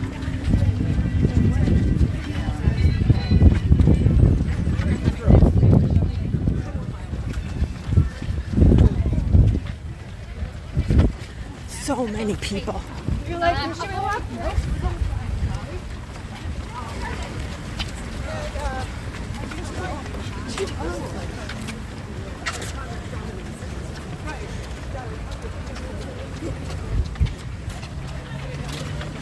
So this is going to be a not fun little area here.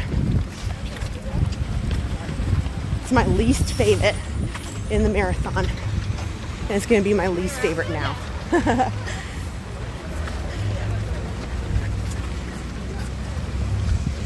But it's the roads that are easiest to accommodate for traffic purposes.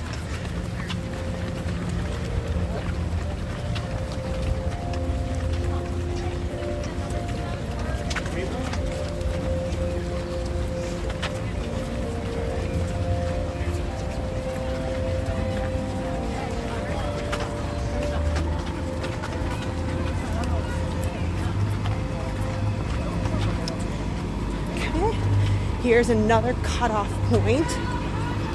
They choose locations that are easy for them to make those determinations, and for the buses, for the sweeps, to make quick turns and back to the finish line route. And that allows them to get the roads open in a fast, quick manner, because it's not as simple as just, okay, here's the last runners, the road is clear.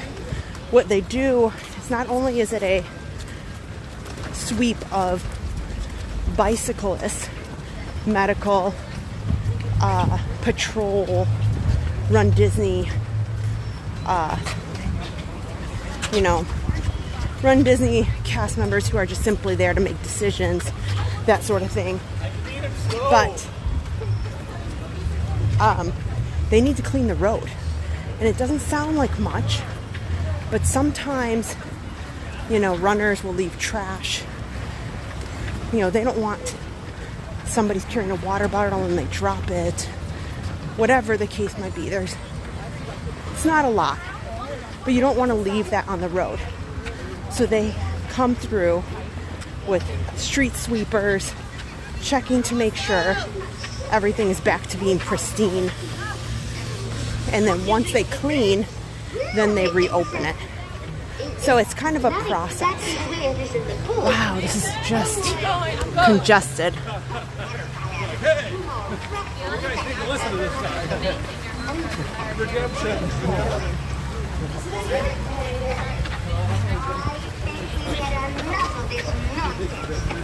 I think we ought to think of Rose and what she'll think of this mess. I still think what I said before.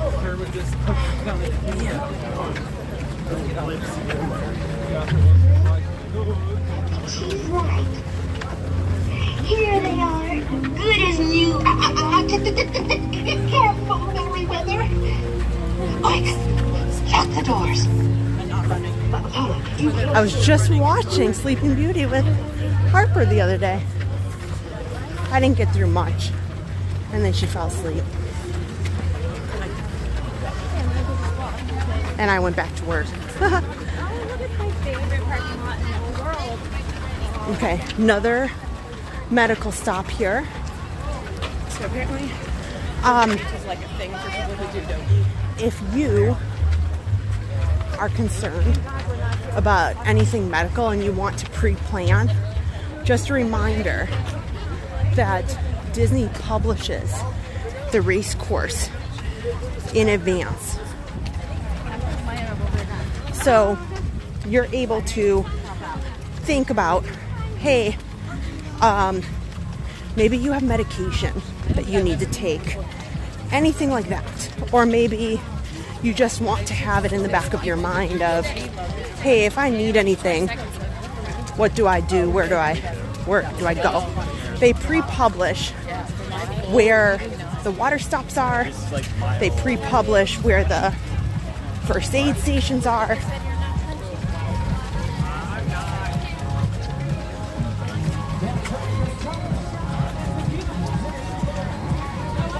I will say, of all the races, this course has been very narrow in most areas. It's been tough.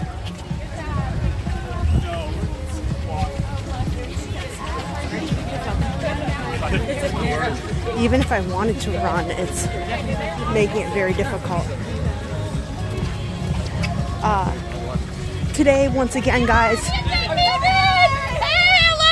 I'm not interested in a time. In fact, I'd like to go much more slowly to give us time to talk about Give Kids the World, to enjoy the course. So I am in no hurry. I'm still below the 16-minute pace. On average, I'm about, 15:10. So my average mile is 15 minutes, 10 seconds, which is slower or a tad faster than I was anticipating or going for.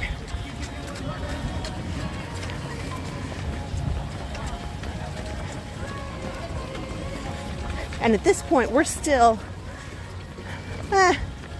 about half an hour ahead of the balloon ladies. Welcome in!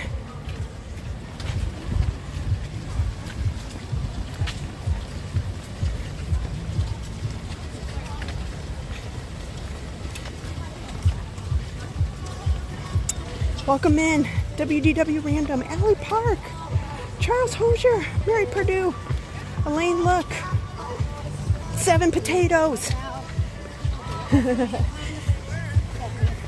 So Very Stacy, WDW Random. Thank you guys for hanging out with me.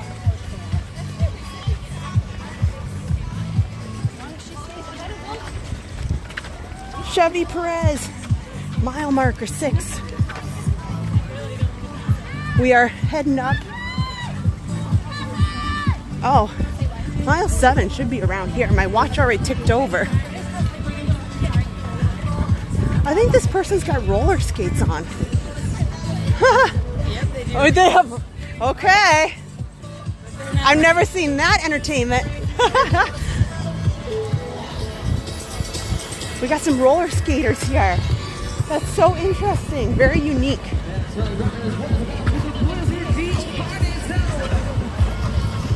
Blizzard Beach Party Zone. Okay. There's some water here. So here, right now, I'm going to show you. I'm not going to have... Oh, these are pretty good. I'm going to take these home. They're energy chews. Well done. These are delicious. Hello. I should take more. These are gummies. I'm going to put it in my little pouch here. Here. They've been putting... The runners have been complaining about the sports beans. Here's some roller skaters doing their roller skating thing. Woo! Look at, they got some lasers. You guys, I'll tell you something. So Adam has been doing some fun stuff, reviewing products on TikTok, and some of these are these huge beam lights. Adam has them at home, and you can buy them on TikTok Shop for actually a pretty good deal. And I'm shocked at how many people have bought these massive beam lights from Adam's TikTok Shop link. I'm guessing they're going to use them for Halloween, but I laugh now that I see them. Adam's like, we're just going to put them on the house, and they're so bright. Make sure you grab yourself some water up here if you need it. Okay, so I got some energy drink. So I'm going to take a little bit of that. Runners, here right now, put your hands up. The runner.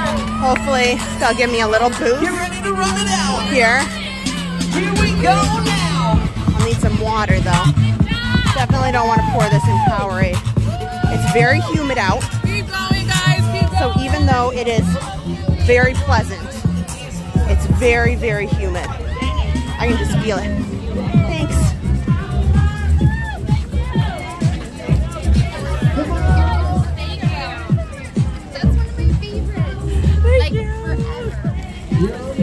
Okay, now I need some water. Thanks. Okay. I gotta had a little bit of the energy drink and then. Okay. There. Quick swish of water.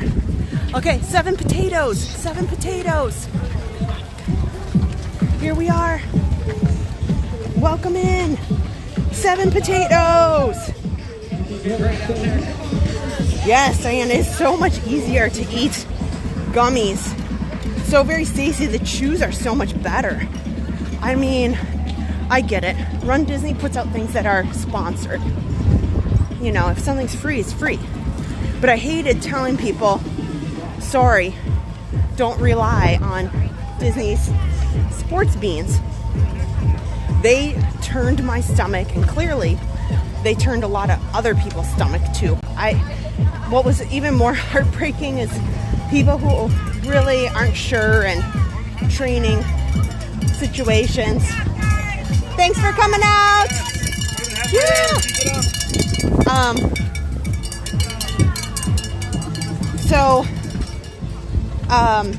You'd have people who would try them, and then the sports beans would be littered all over the ground because people would be like, yuck, no, this is a bad idea. Like, so here you can see there is not a gummy to be found.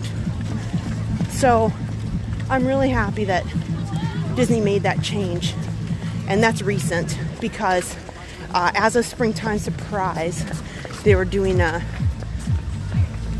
beans. Yep. Thanks, guys. 7 potatoes. Potato land. Potatoes up. 7 potatoes. And if you're wondering what the heck is 7 potatoes. So last Sunday, I live streamed the Mickey's Not So Scary Halloween party. And here's the short version of the story, okay? I have had the most awful, embarrassing luck going to Mickey's Not So Scary Halloween party. It has been storming and technical difficulties, and I had an awful Halloween party season. It was so bad that my parties, not Sunday, but all the parties prior, I had gotten not 1, but 2 parties refunded. That's not because I asked. They were just so bad that Disney sent me a push notification in the middle of the party and said, we're sorry for all of the weather and the issues today, so we are putting a free ticket in your account as an apology. That just says something. So I was convinced, okay? I was convinced that I'm just cursed, that the Haunted Mansion's ghosts had cursed me.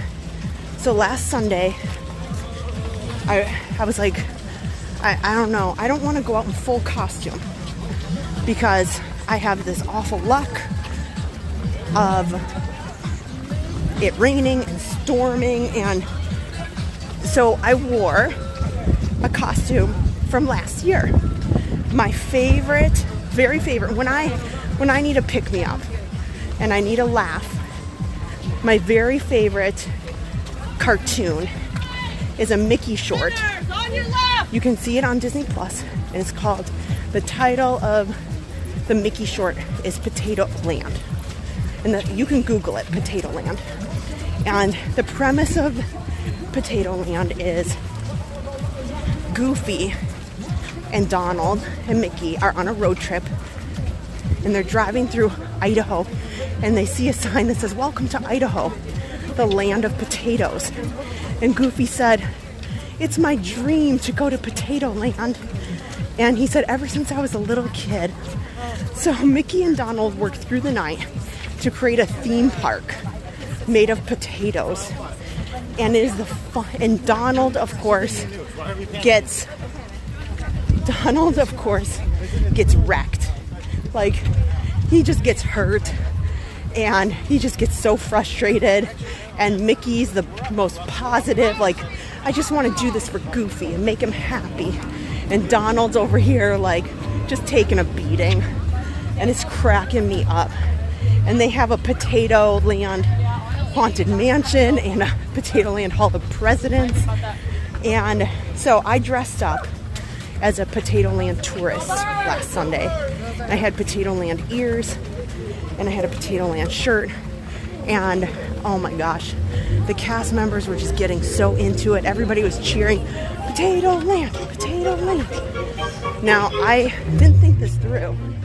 I should have brought in the, I don't remember who it was. Somebody in the chat was like, such a missed opportunity. I should have brought potatoes to give out. That would have been epic. Like having potatoes to give out. Well, we're back to this narrowed course here, but you can see we are A-okay. We're heading back into Epcot, into the home stretch here. So, I guess so. Yeah. So all through the live stream, It is. we were measuring everything in potatoes. So there's, 5 potato minutes to the parade, all that sort of stuff. And so that's where the potatoes come from. So it was such a fun stream. And positive, it only rained in the beginning. So I did have rain, but only in the beginning.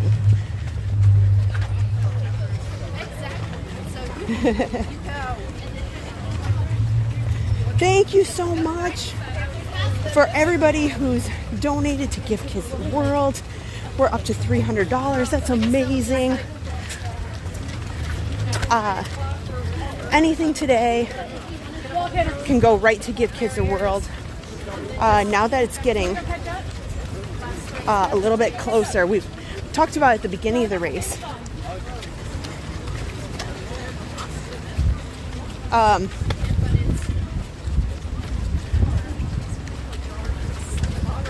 But I'm out here today. Was a race that I wasn't planning on running. My race was paid for many months ago, 10 months ago or so, at registration, and things really have crept up on me. My kids have had some medical matters. I talked about how my son Josh had surgery for his spine in the summer, and that's the reason why I can tell you guys, traditionally I've run the marathon, the full marathon in January.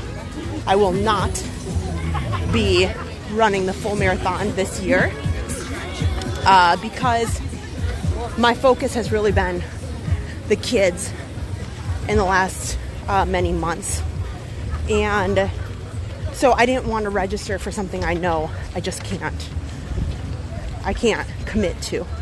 So I didn't register for the full marathon, but prior to knowing all that, I had registered for the half marathon, which, sure, no problem. I've been doing it for many, many years. This is year 12, and except for the year Harper was born. And what's crazy is normally the Wine and Dine half marathon is in November. So I literally, people kept asking me, are you doing Wine and Dine? Are you Wine and Dine? I don't know. And Aaron's homecoming was last night. So I'll give you, so I literally went into the last 2 weeks saying, oh my gosh, I have all these things going on. Aaron's homecoming is the day before. Like last night, I didn't even sleep last night. I Adam so kindly took Harper to get some dinner and kept her occupied till 8, 9 o'clock. But then I wanted Adam to make sure that Aaron got home okay, so he kind of stayed up, and Harper came in and snuggled up by me, and I'm like, okay. So I've just keep having, and last weekend was Harper's birthday, and then this week is Halloween, and it's just crazy. So I was like, I don't know, and I was gonna just say, we're just gonna be done. Like, I can't do this. This is a lot for me, and getting up at 2 in the morning, and it just was really pulling on my heart. And I'm speaking very genuinely right now. It just bothered me, and I kept talking to Adam, and he's like, Kristen, it's okay, things happen. Like, you've been doing RunDisney for years and years and years, and you've never missed a beat, and you've done amazing things. It's okay. And I said, no, it gets bothering me. And it came to my mind on Friday, and I said, Adam, I something about this race is telling me that I need to do something bigger and memorable and valuable. Something that's, makes a difference. That's not just me streaming and talking to people for 2 hours or whatever, And I said, now, the things that my kids are going through, they're going to be okay. And I've seen them in some pretty difficult spots. Things that have broken me and have just really tough moments as a parent. And even though I've had some really difficult situations with my kids, and the pain in their eyes going through it, I really don't even hold a candle to what the kids at Give Kids the World are experiencing, and the families that are over at Give Kids the World go through. The children who have the opportunity to go Give Kids the World are fighting and battling terminal illnesses, and some of them are fortunate, and they come back and they are able to have happy and healthy lives. But there's many where they fight the battle hard, and they just don't make it, and they don't get to see the next Christmas, and they don't get to see the next Halloween. And their family who's there to support them, you can't forget them, because I think we all know, like, when somebody that you love and you care about, and you wish you would give anything to take that away and to give them a moment where they can forget it all and just be a kid and not have these things happening. And Give Kids the World allows them and their family to come, and their medically equipped rooms. They have rides, they have games, they have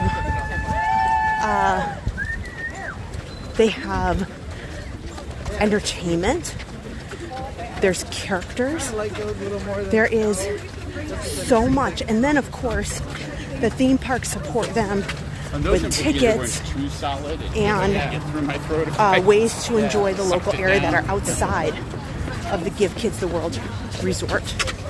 And when they're there, each child, oh my gosh, whenever I go down there, there's some times that I can go in there and there's sometimes I can't. because it's tough. And I think, wow, I can't even go in this room, but these families are living this day to day. There's a room there, which with each child that is fighting the good fight, and they go to Give Kids the World, they get to have their name put on a star. And there is a beautiful star to commemorate each and every wish kid that goes to Give Kids the World. And so they're forever memorialized there. And it's a very special ceremony. Put your star up. And that's just one of the many things, the many ways that Give Kids the World gives them a chance to just let go, have some fun, be a family. They have unlimited ice cream, they have pizza, they have, oh my gosh, I feel like I can't even do it justice. And these are little villas that are equipped just to accommodate the families who get to go. So when I was thinking about this weekend, I said, you know, this is what I want to do. Like, there are plenty of things that are hard, but you know, there's so much difficulty, and today's race is not just about, hey, we're gonna finish and we're gonna go out here, and I'm blessed to be able to go out here and do something that, not to say it's hard, but it's not a battle. The battle that these kids have gone through, you know, is minimal compared to what I'm experiencing out here. So giving them a chance, and the money that gets donated helps make it possible for children and families, all expenses paid, to have that small amount of glimmer of happiness that's not filled with hospitals and doctor appointments and, you know, and riddled with questions. It's about hope, it's about positivity, it's about fun, and it's about giving them a chance to be a kid again, and forgetting about that pain and being a family with the people that they bring. So I've been down there many times. I've seen firsthand. I have met families. I have it just, as a parent, as a person who, you know, sees kids today, and I think kids in general just really have a lot. They have a lot. And I very much wish I could have chosen multiple charities. I thought about it. I thought about the couple of them that I know, like,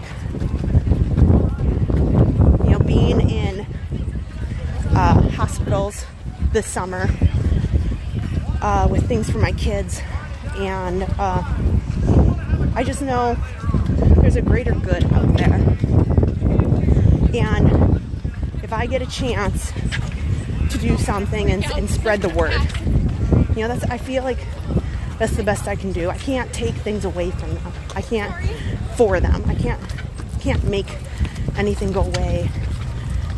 But together we can do something awesome to hopefully bring a wish family to Give Kids the World and benefit, make their life magical for them.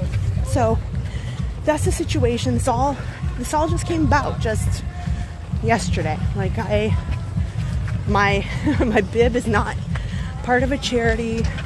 I didn't, you know, They have charity bibs here. So if you're ever interested in running on behalf of a charity and doing your race with the intent of benefiting a charity, and that's the whole premise, you can look at the list, because RunDisney gives a certain number of bibs to each charity for free, and then they have the opportunity to essentially sell them. The charity then, what they do is they take those free bibs and they say, okay, you have a fundraising minimum. You have to fundraise at least this much money to earn the bib and run in the race. And you have to do it by a certain point. So, or if you don't make the fundraising amount, then you have two choices. You can pull it out of pocket. It could be $1,000. It could be $1,200. It could be something, anything. Depends on the race. Big shout out to all of our cast members out here running as well. Cast members and their families. And they have that option. All over the world. And a lot of people do that. So today, I had already had my bib. Just something I said, this is valuable.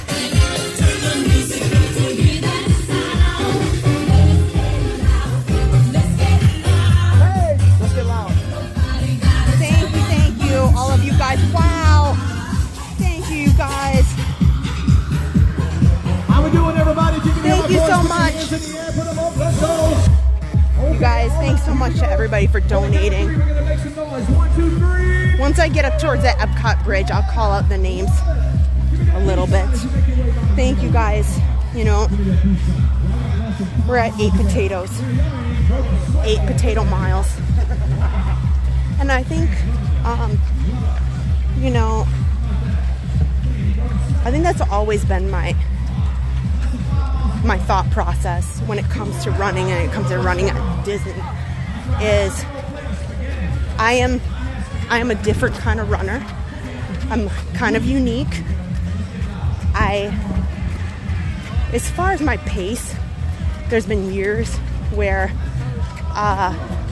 Adam and I have really crushed it with, like, and we're talking long distance, not a sprint, not a 5K. We would average a 8-minute mile and we'd run real quick. Adam, I was so happy for him the year when he finally broke.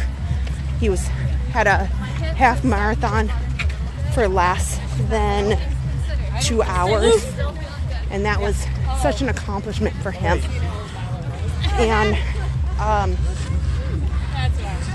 you know, as in my running journey, I can tell you, I don't even know how many half marathons I've run. Many. I don't even keep track. Whether that's good or bad, I don't know. Because it never was important to me. I know my best half marathon time was 2 hours and 8 minutes. I never broke the 2-hour mark in a race. I feel sad about that, but it takes a lot of training, and I just never did. But that's where I'm kind of different. I don't know how many half marathons, many. That's my favorite distance. But marathons, I just hit my 10th marathon last January. And that's probably my last one. It's intense. It's a lot. Especially when you have 3 kids, a job, you know, it's just stream on the, you know. But the marathon distance is just tough. It is a mental battle. 26.2 miles. Can I do it? Sure. Do I feel good about it? No. You know, it's the times where I've gone out and run the marathons. I've dedicated so much time to accomplishing the marathon distance, and hours and hours of training time. And that takes time away from other things that are really important in my life. So, you know, the shorter distances is after 12 years, I think, is where I'm going to stay. But here, thanks. Thank you.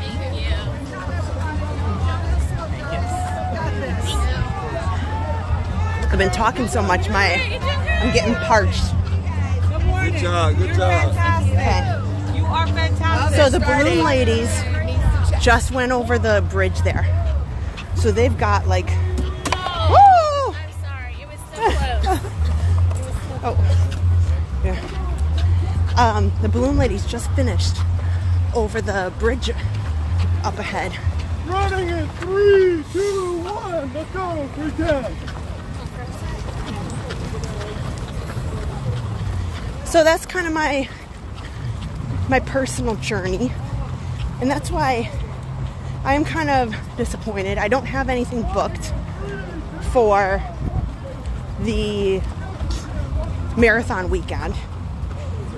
Again, because that's when I got the news that my son needed to have surgery on his spine. So I didn't want to book anything and be committed, knowing that,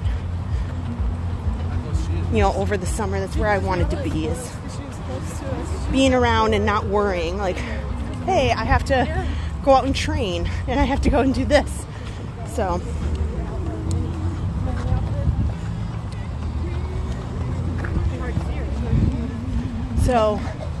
thank you guys for being a part of my day today. Oh man, it's way on the other side. It's Duffy way over there. Let me see if I can zigzag. Okay, I can do it. This is Duffy. Okay, zigzag. Frogger. Frogger.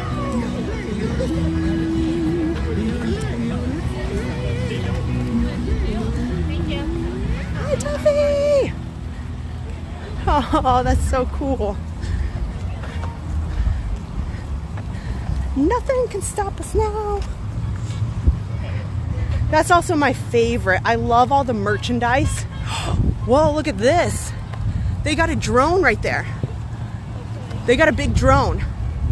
So this is the edge. What's crazy about this is that they got a drone watching the runners. So, look, they're flying. This is the guys flying it.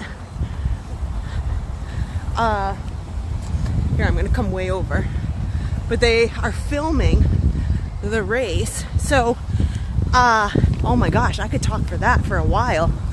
So, Adam is a licensed drone pilot, and we've had some great fun with doing drone work, and Adam with drone photography. And Disney, everybody says, why doesn't some of the parks have drones? Because there's a flight restriction. You cannot fly a drone. This is the edge.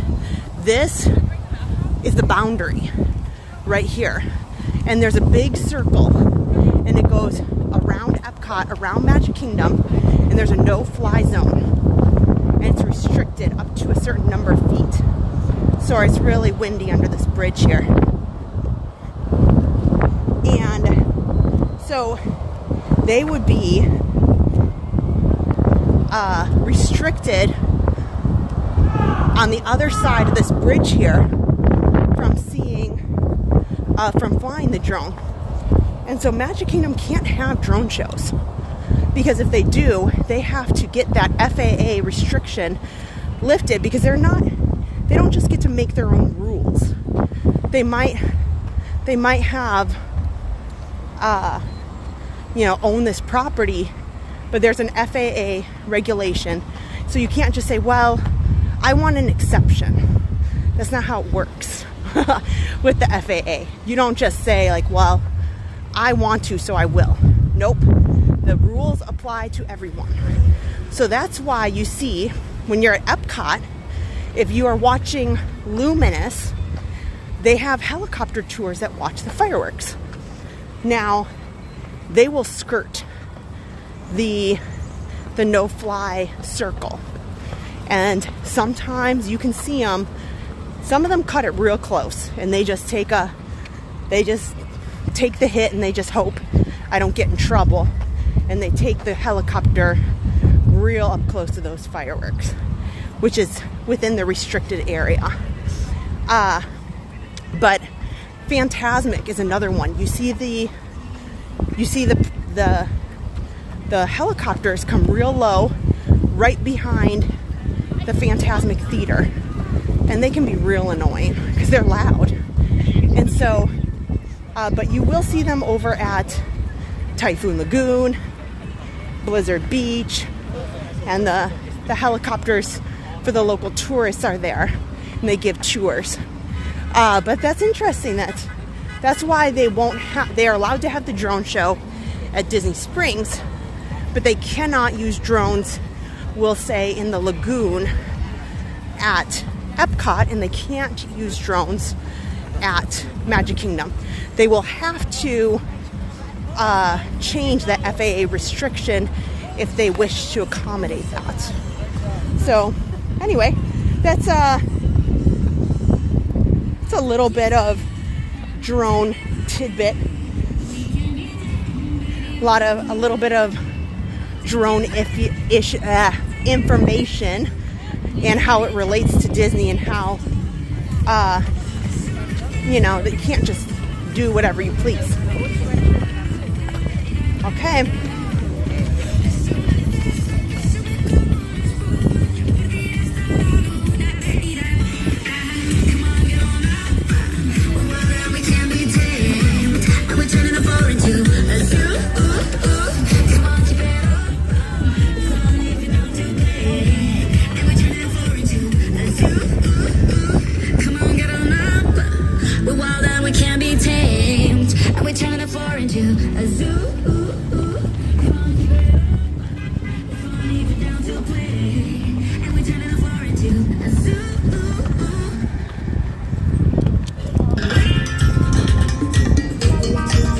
Speaking of, Zootopia 2 is coming out, and November the 7th, Animal Kingdom is welcoming the new Zootopia Better Together attraction right in the Tree of Life. I guess you could call it an auditorium on November the 7th. I'm really excited about it. I like Zootopia. And I'm happy that it's a bigger part of the parks. So, mile 9 Potato Land potatoes. Here we go. Oh my gosh. Over $600 raised. Thank you.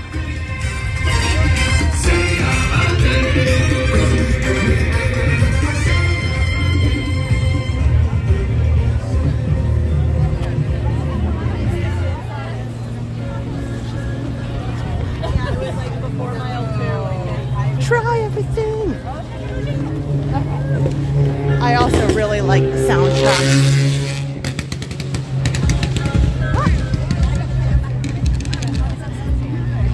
Here's Nick Wilde here.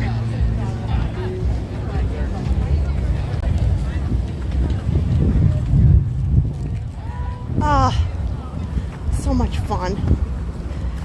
Okay, well, we'll do a little jog here. We're getting close to our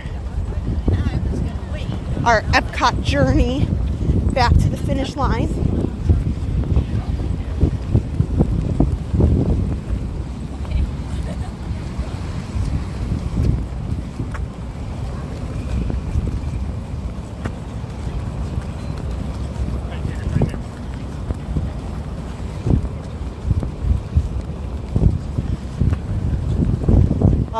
I'm so grateful for these wide spaces. It's just really tough when the course narrows to, like, the size of a car lane, because they have so many runners. I think like 15,000, something around there.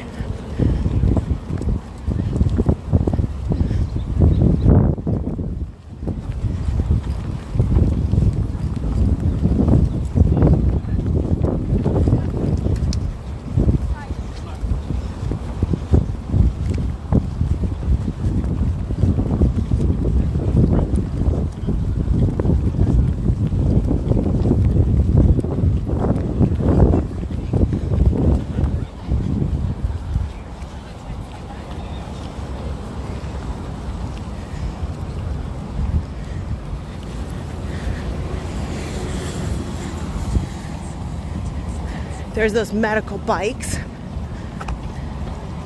and they're all along the whole route. So the medical bikes just go up and down, and they're assigned different sections to make sure that everybody's okay. So there's essentially constant supervision.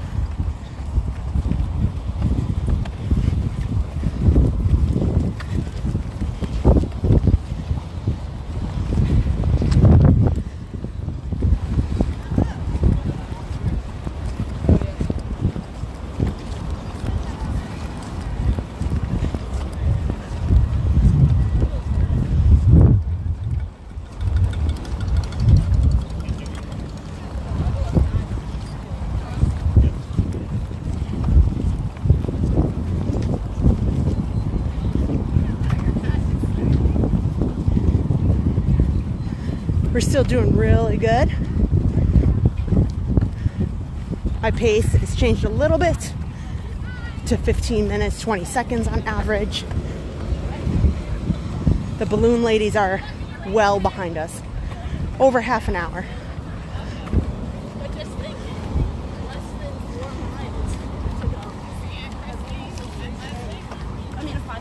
And also tons of bathrooms. Okay.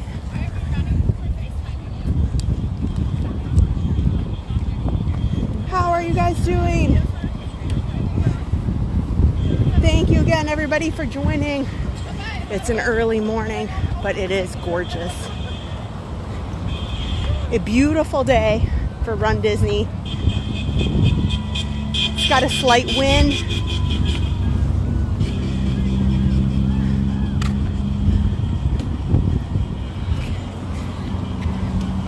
We're at the 15K mark right here. I'm gonna get off to the side here. Since the course is narrowing, I'm gonna grab some more water.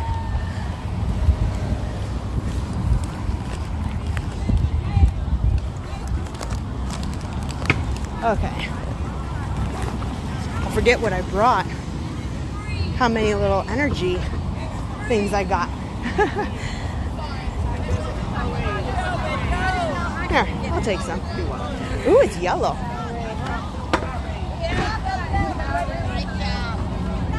Yellow Powerade is much appreciated. I like it better than the blue. You got spirit. Woohoo! Thank you. Okay. Thank you. You got this. You're awesome. Got water. Great job. Great job. Yes, you got to rocking it. There you go. That's for you, so buddy. Awesome. Thank you. You're welcome. Always throw your cup in the trash. Don't be that person that throws it on the ground. That's poor etiquette. Okay.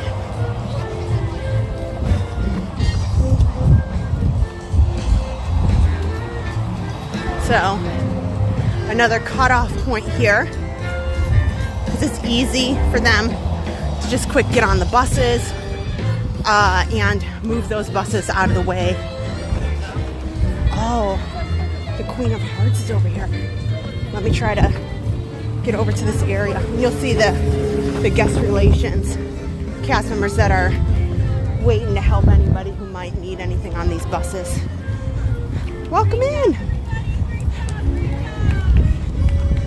Okay. Good morning. Thank you. Great job, everybody.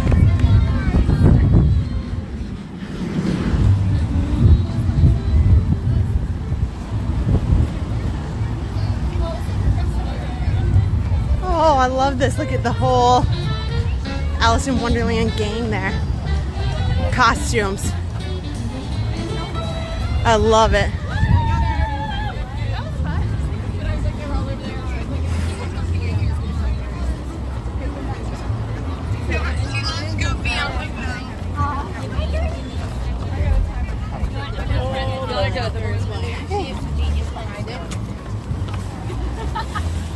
Okay.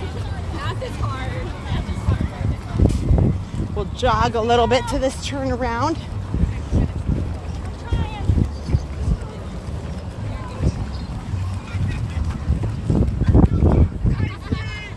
You go, Stacy. That is fun. All the cars driving by. A lot of people honk. A lot of people yell. Encouragement as they drive by.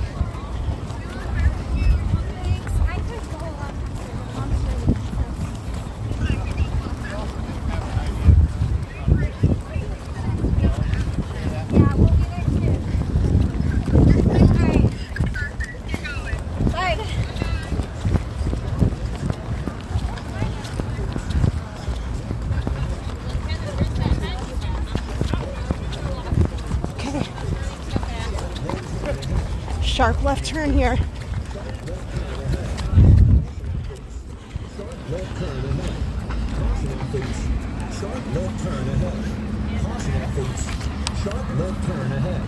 Okay. Sharp left turn ahead. Caution athletes. Sharp left turn ahead. Caution athletes. Sharp left turn ahead. Caution athletes. Sharp left turn ahead. Caution athletes. Sharp left turn ahead. Caution athletes. Sharp left turn ahead. Caution athletes. Sharp left turn ahead.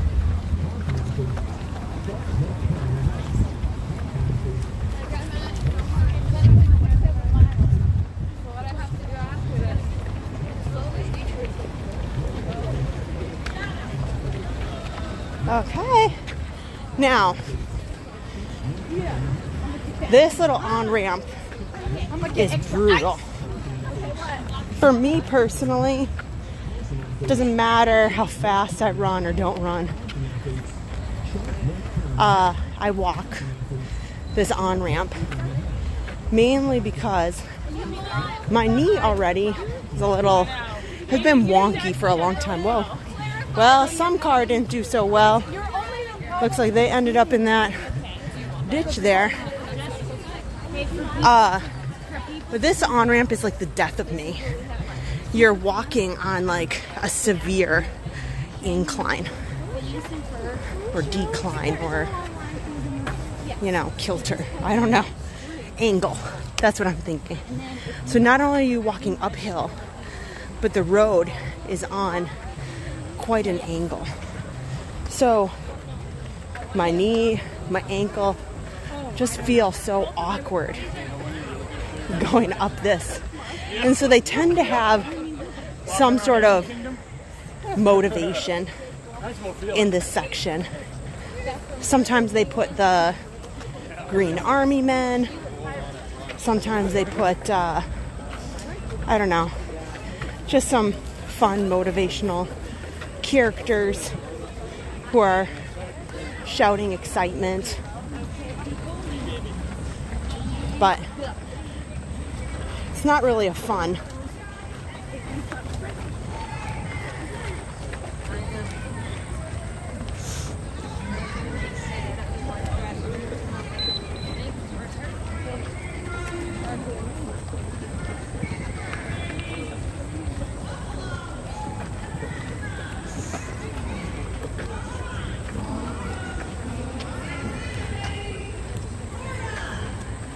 Okay, welcome in, guys. Good morning. Normally I'm out Sunday night. I'm out, just the usual 5 a.m. live stream. These races do a number on me. Getting them up on the middle of the night has always been the tough part for me. Liverpool? They're from Liverpool. Oh my goodness, how are you? I can't even, I love it. So there's like cheerleaders or something up at the top here.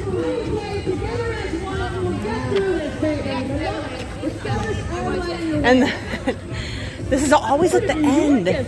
Well, the good part, obviously, that's what's even more comical, is then the entire crowd of runners is seriously just so sluggish. Like the pace goes way down on this particular ramp.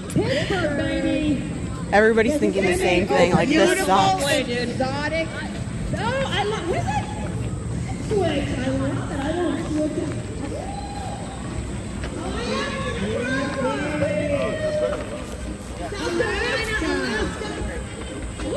Delaware, baby. Little baby steak, and we love it. Nebraska. I love it. Yes. Steak they've been grilling for years. I said, are they still grilling the same steak they've been grilling for years? 9.8. You can do this, okay? Yes. Fairfax, Virginia. Chicago. It's my kind of town. Houston, Canada. Okay.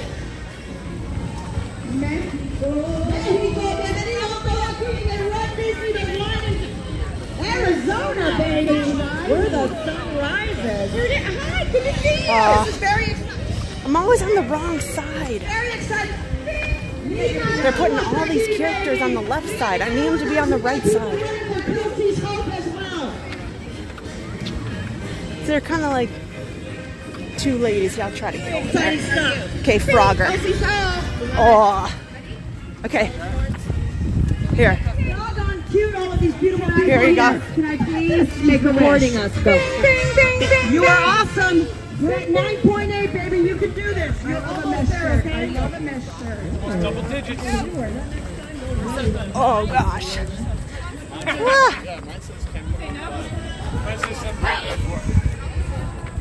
Okay. This is where it gets a little brutal. The last. Oh Lord. So this last section, they've got this crazy uphill for this on-ramp, and then you go downhill, and then you go uphill again into Epcot.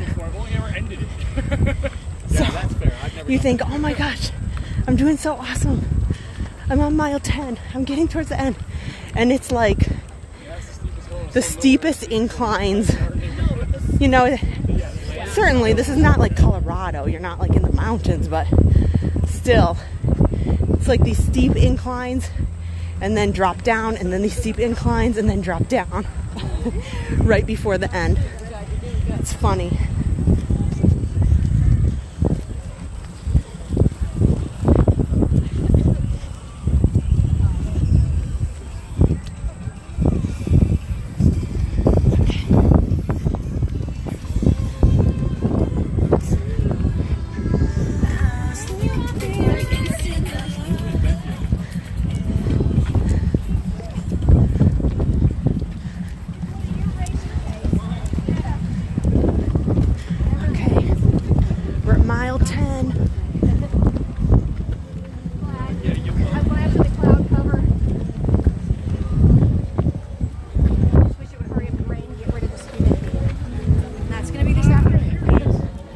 Here we go. Mile 10. 10 potatoes. Mile 10. 10 potatoes. We did it. We're heading into the, you can see the sunrise over Epcot over there.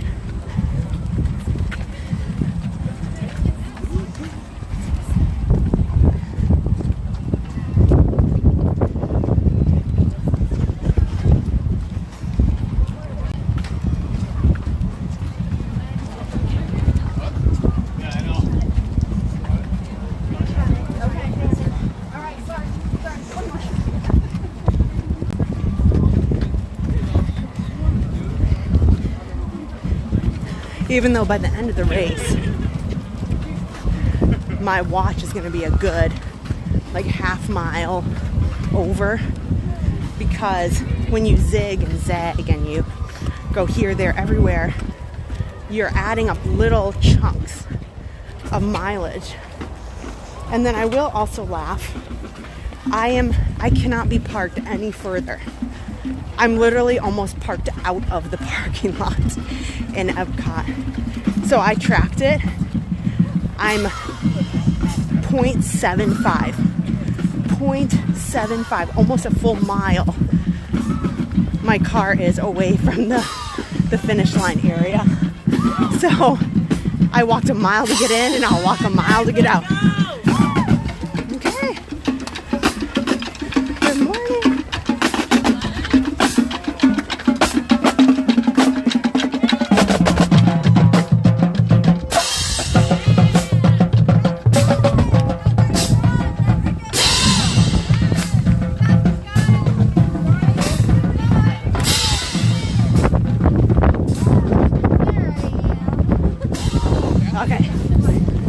down a little bit.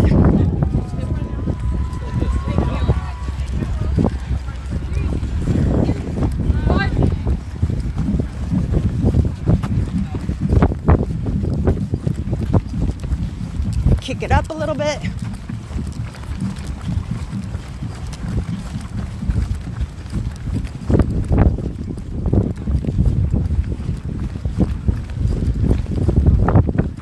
No, it will get very, very congested almost till we get back into Epcot. So right here, there's almost nothing you can do from here into Epcot now.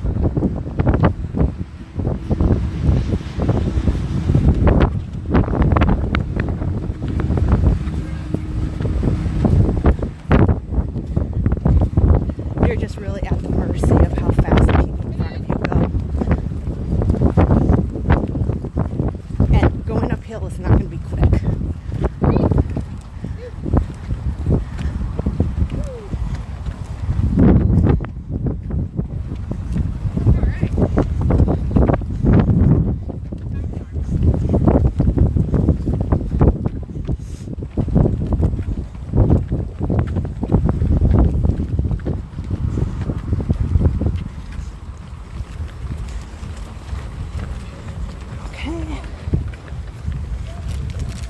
Just a reminder, guys, I'm sorry. I've got the chat in my pocket because it's really important that I focus on making sure I'm safe, that I don't run into anybody, or that I'm not looking at my phone and not paying attention. So thank you. Thanks for being here and watching and hanging out with me. We are at mile 10 plus. My watch says 10.5. So, somewhere around there.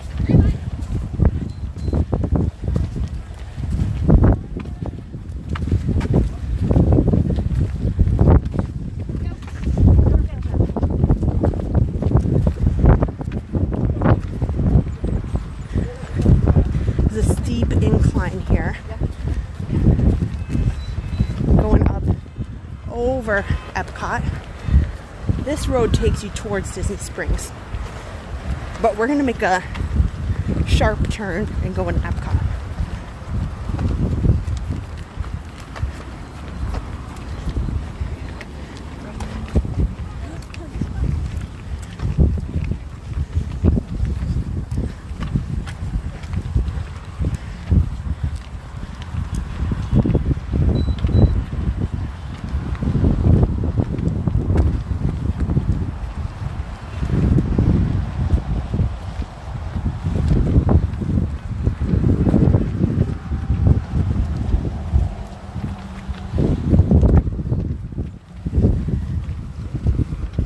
Okay, I'm getting behind some people, so let's try to get going.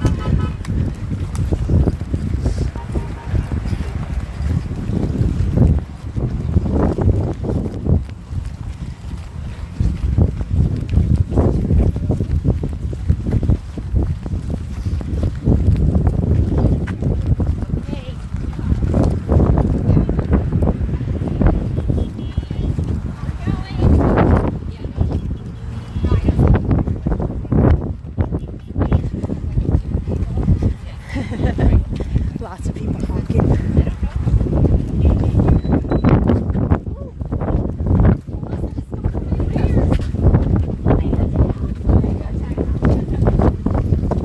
It is super windy up here. Sorry about that.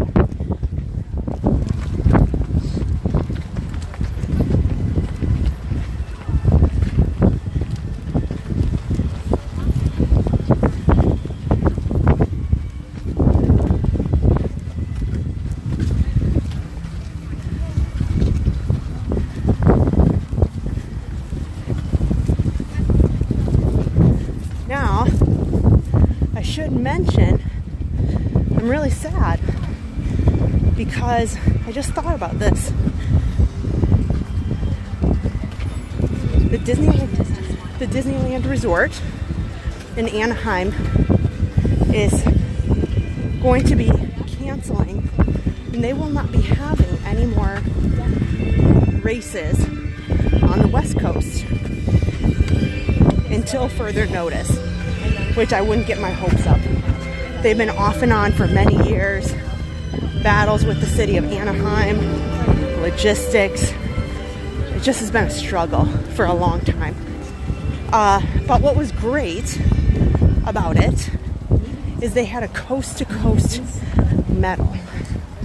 And you get a special medal if you finish a half marathon on the East Coast here at Walt Disney World, and then one in Anaheim.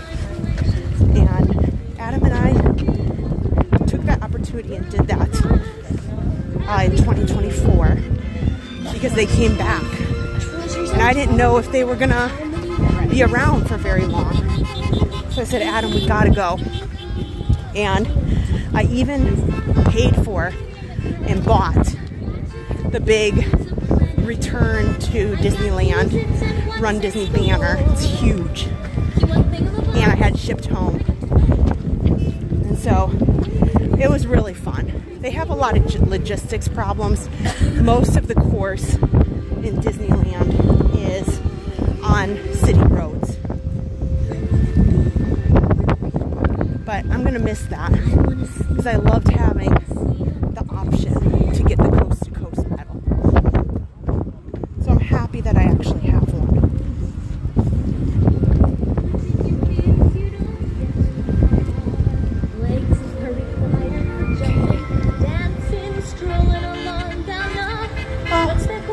Oh, Sebastian's over here.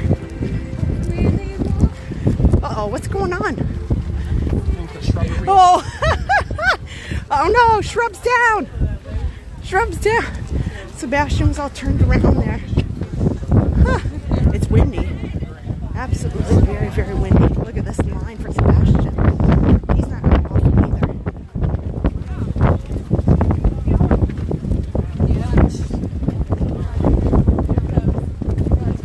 Okay. Okay, another medical tent here.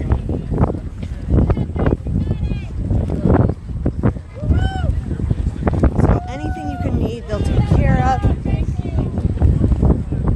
And we've already passed the Epcot parking gate, which is awesome. As soon as we start getting up on this bridge over here, you know we'll be in the home stretch.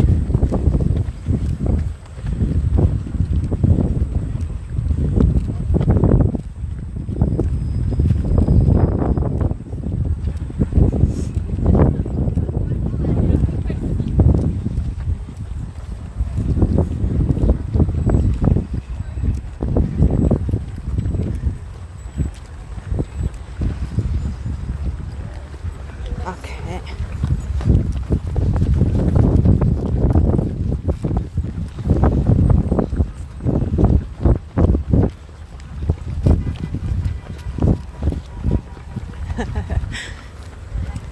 I love hearing all the cars honk, cheering for everybody.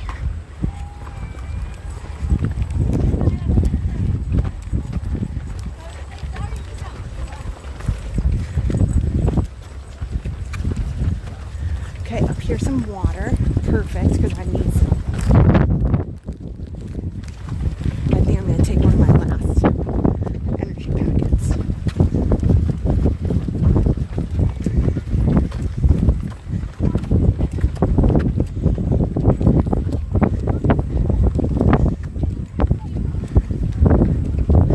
Okay.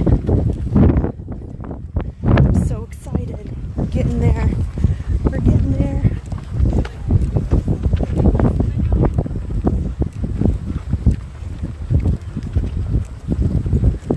Now, while we're doing this, I should talk about recovery a little bit.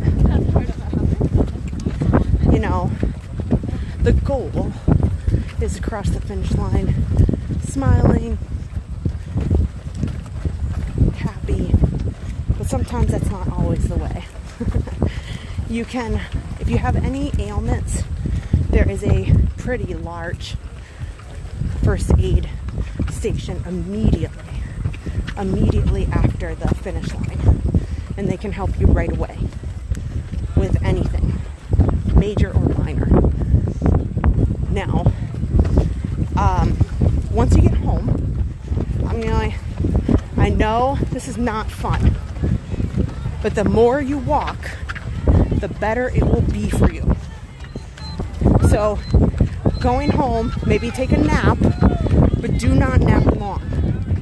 You will regret it. I assure you. The more that you can walk. Good job. And keep your legs moving and your muscles fresh after your run, the better you will feel, the quicker you will recover. So,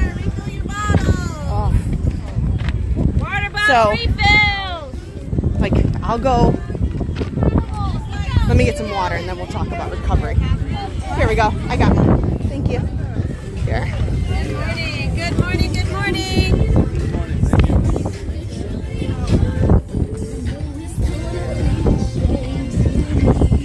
Okay, I'll grab one.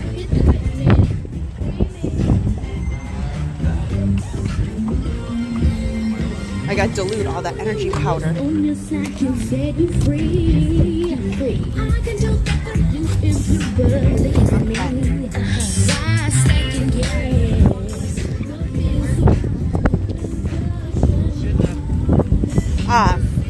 So when you're done, there's different things that you can do to recover anything from taking an ice bath, some icy hot on your muscles if you're having trouble. But the more that you walk, even if it's just slow, you're going to recover much faster. I'm not saying go have a crazy park day, but laying in bed all day is going to make it hurt longer. And the more you train, of course, the easier it is. Over the years, there's times where I go run a half marathon like this in the morning, and maybe by noon, I did laugh, because there would be times where I'd be like, okay, well, I'm going to go run this half marathon, but I'll be home by like 8:30. And then the kids would have a birthday party or something, and you wouldn't even know. I go take a shower, take the kids to the bouncy house. Oh, it's Mushu. Sharp right turn ahead.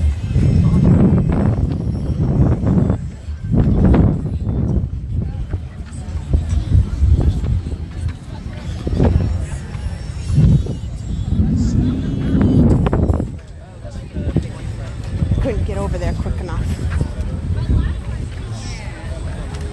Okay, sharp turn. You've only seen it like twice. Because I think it is like. Oh, that's right. Yeah. Like, I just don't like it. Just mute it.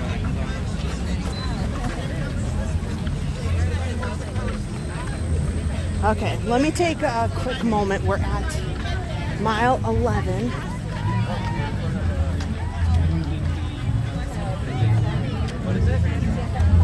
We are right here coming up to mile 11. 11 potatoes. 11 potato land potatoes. And we are doing great. Not a balloon lady in sight.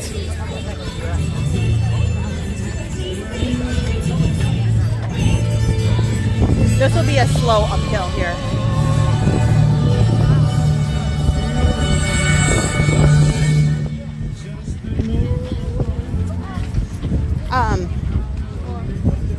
Here, I'll say hello to everybody. Welcome in. Okay, let's see here. Francisco Garcia, hello. Allie Park, have a good night. Norman, hello again. Tim Pendleton, thank you. Alex Rifkin. Yeah, the temperature and humidity is not bad. I've got a little gentle breeze, which has been beneficial. Humidity was a little tough this morning, but not bad. I've done way worse. Let the time go by. Becca Kennelly, hello. Alden Sharp. Teresa, congratulations to your husband. Let's see here, who's all here? Vicky Jordan. Okay, who did I miss? Who did I miss? I'm trying to quick look at the chat. Creative Reptiles, hello. Okay. Vicky Jordan, thank you so much. Thank you.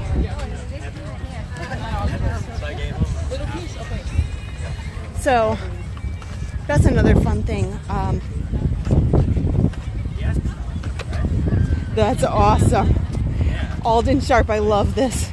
We just did the 5K and had a full park day after. God bless you. It's not easy. It is not easy. And the toughest part is how early. You have to get up 2:30 in the morning. Get here. The race starts by 5 and get going. So, okay, I'll give you guys a little inside. I had so much fun at the Halloween party. I said to Adam, you know what? Everybody was asking, can we squeak in? We're going to do one more. It's going to be epic. It's going to be amazing. We're going to do another Halloween party this Thursday, the 30th. So it is October the 30th. We're going to do double cameras. I'm going to be in full costume and face makeup. I can't wait. We're going all out. But I said maybe I can squeak in another party Sunday night. And I said to myself, man, you know, I'm feeling okay. I think I can finish the half marathon. But you know what the problem is? There's no way my body will be able to get up at 2 a.m., run a half marathon, go home for a couple hours, and then do the Halloween party from 6 p.m. to 12:30 at night. That is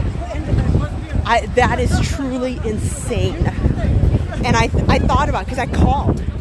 So our moderator Belinda came here a couple weeks ago on the fly. She didn't make plans. She just, like the week before, was like, oh my gosh, I think we're gonna go for celebrate some birthdays. And so she called Disney. She's calling like every 15 minutes, and she was able to get party tickets like last minute. And I said, okay, maybe I'll try that. And then I had this epiphany, and I was like, you know, my problem is not the mileage. My problem is how the heck am I essentially going to be up from 2 a.m. to 2 a.m. and then work the next morning, Monday morning. I literally would be putting death upon myself. So sorry guys, I'm not doing any surprise Halloween parties tonight, even though I thought about it. Karina, thank you. Eric, hi, Aaron, hello. Been here since 6 a.m. Thank you. So very Stacy, thank you. Oh, we just passed the overpass. Oh, I'll look for him. Okay, well if I see him, I'll wave hello.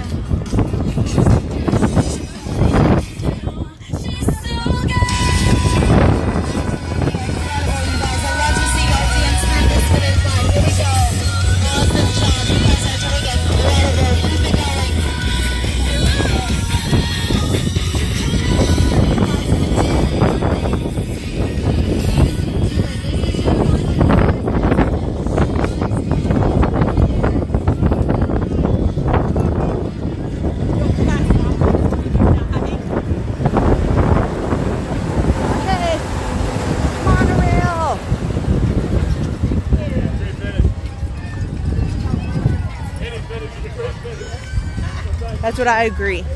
Any finish is a great finish. No. I will if you want to, but I don't have to get in.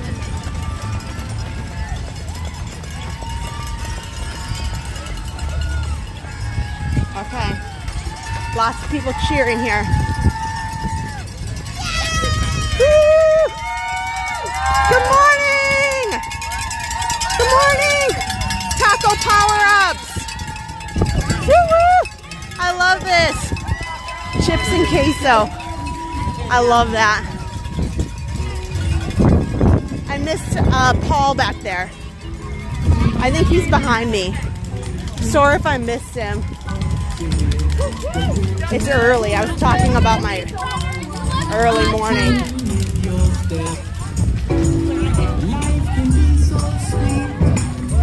On the sunny side of the street, I used to walk in the shade.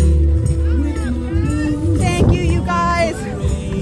Today, this race, in my mind, is not about me.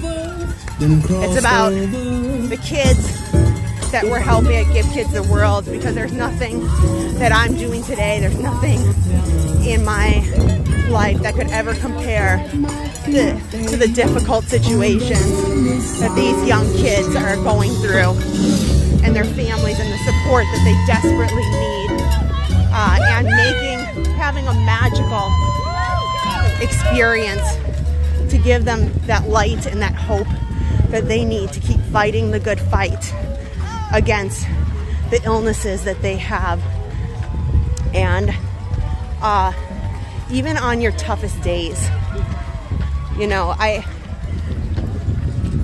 say to you, you know, really go ahead, have your moment, and know that there are tough things, but there are kids out there that are battling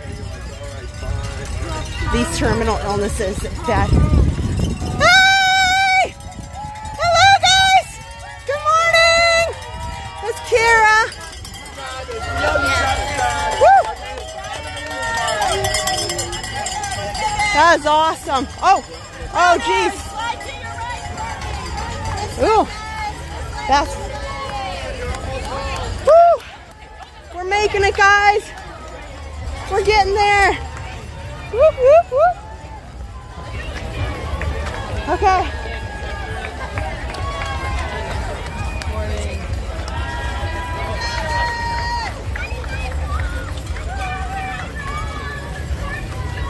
Look at all the bubbles.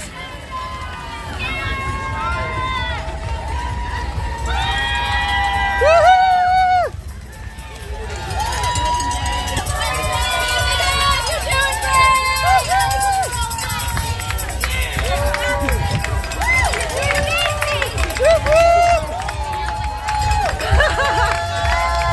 I love all the signs. It makes my day. Good morning.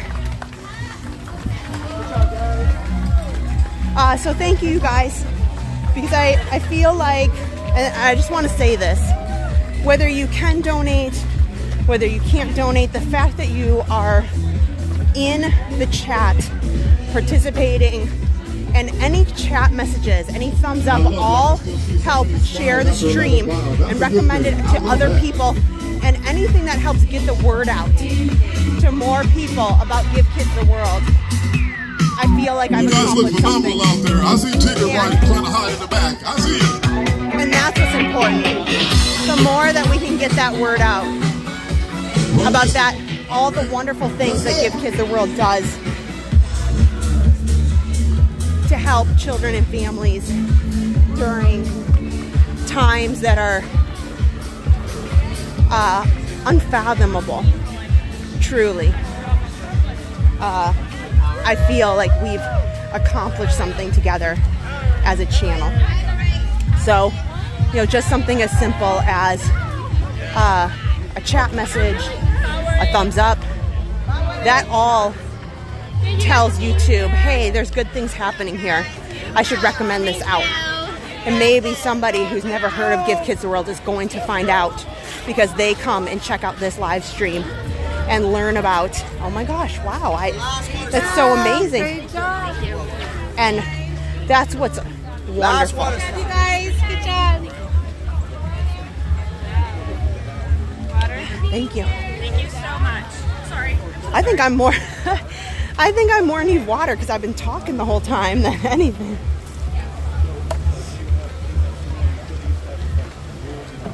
Okay, so these are water treatment. We are back here on the back side of Living with the Land. These are greenhouses. These are water treatment plants that belong to that attraction. So thank you guys. Thank you to everybody who's donated and has been a part of today and making today special. You know, I feel very honored that I get to be here, and this really, I came into this week thinking this race wasn't going to happen for me and it's not a big deal, and my attitude just completely everything was weighing on me, and it just bothered me, and I just was like, I need to do something, and I don't know what that is. And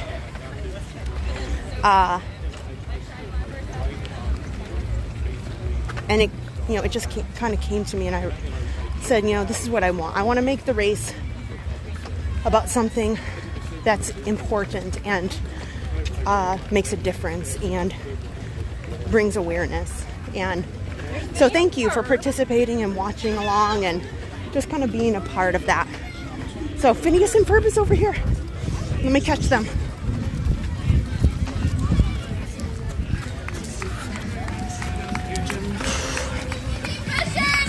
Okay.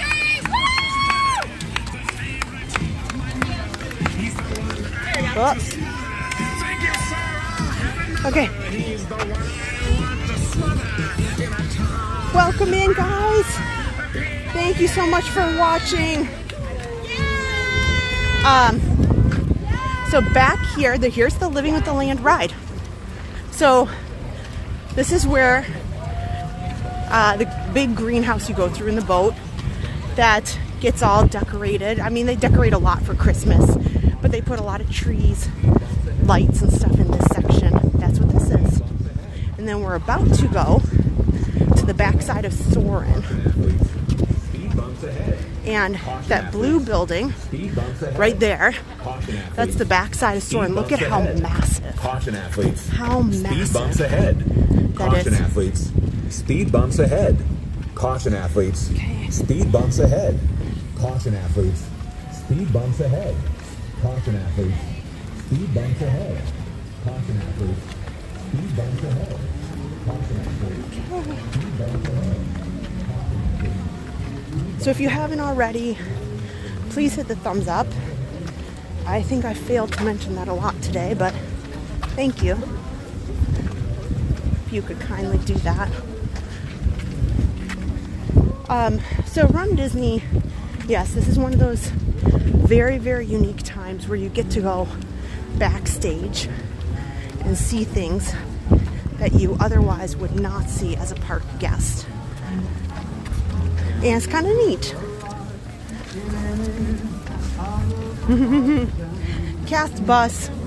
Good morning.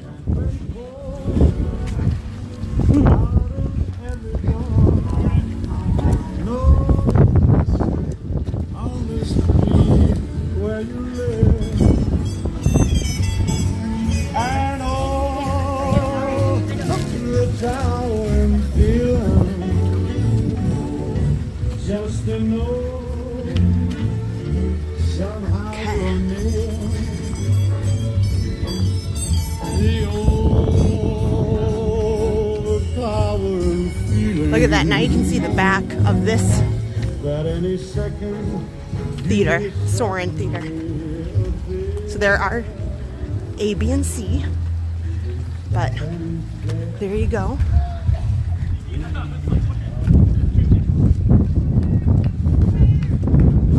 Oh my gosh, almost $700 raised for Give Kids the World this morning. Thank you.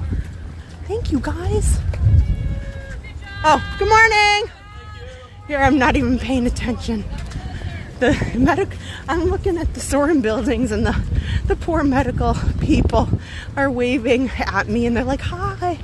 And so oblivious. I guess that's what happens when you're nearing the, you know, the end of the route here.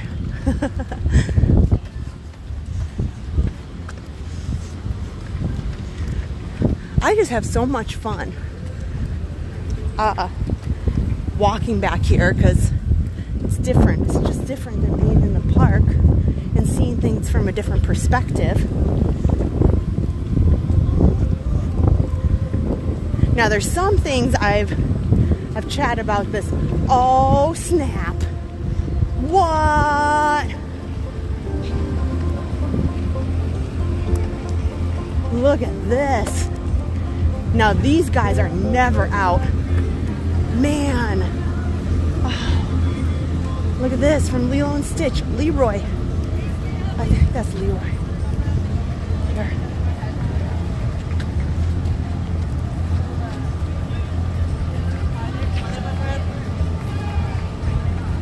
It's right there.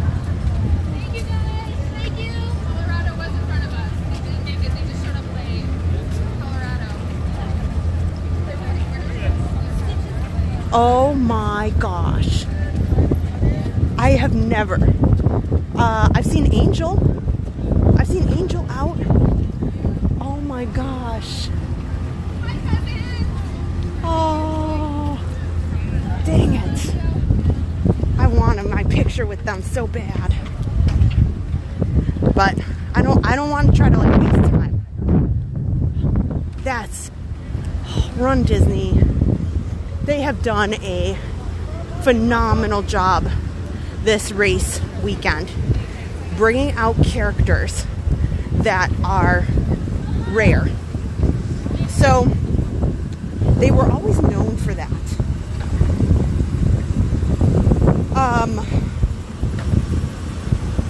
They were always known for putting in rare characters, and a lot of them. Then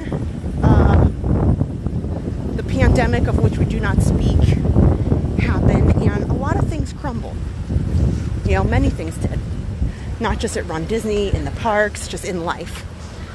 Mile 12! 12 potato cheers. 12 potato cheers. And there was some when the races did come back, they were,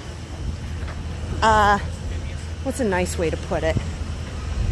I would say they were lacking. You know, they were a little thin. They were a little thin on the characters and entertainment, and they were nice, but there was some. Now I have seen a ridiculous amount of photo pass. I have seen so many rare characters this weekend. It's wild. They had the Duke of Weaselton out at the 5K. Just hang up. And then they just had so many characters.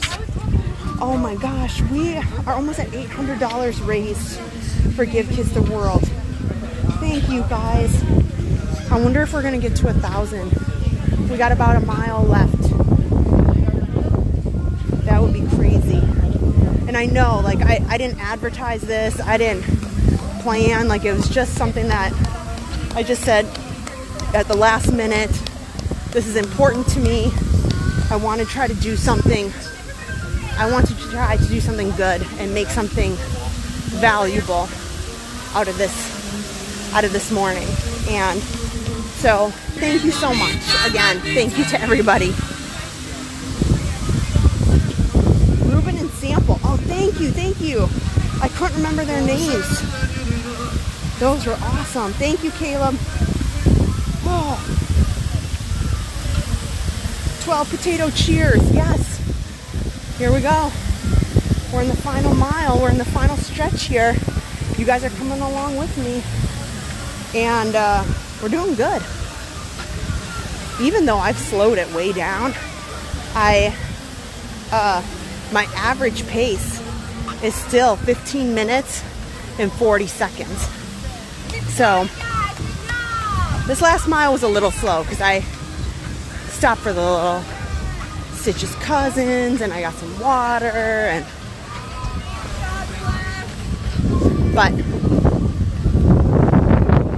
got one more mile, and the end of the race, the balloon ladies are quite a ways behind us, so we are more than fine.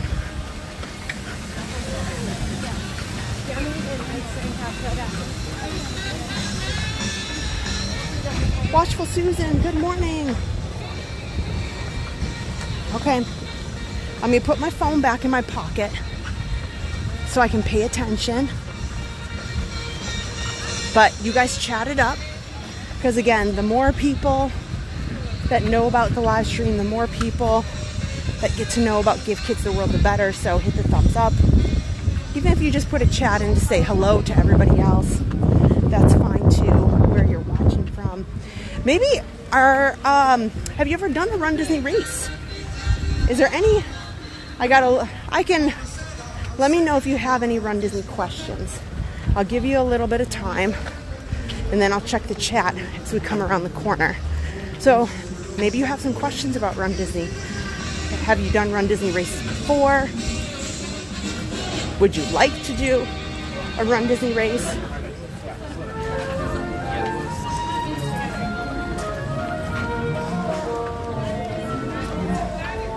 I will tell you, I'm actually feeling really good. My biggest problem right now is because I'm live streaming. I have like a chest backpack on. Like it's a pack on my back and on my front to carry the battery pack for the camera and some of my energy gels. So my back from the little battery pack is not overly pleasant, but there's worse that could happen. I will tell you, after I'm done with every half marathon, it's a tradition. I'm gonna have to send Adam out for me. There's only one thing. There's only one thing I can eat. I don't know why I got into this habit. It's just something that's like a comfort food for me. And if you're around the channel when I was pregnant with Harper, you'll know what this is because it's pretty much all I ate. But turkey sandwiches. So after I'm done with every half marathon or full marathon, it's very simple. I just want an unsweet tea or a Diet Sprite, and I need a turkey sub. A turkey on wheat sub with some pickles, some mayonnaise, some lettuce, some tomato. I like a little bit of oregano. Well, have fun. Thanks for being here. Thank you. Wow, that was the nicest photo pass photographer. He's out there like cheering.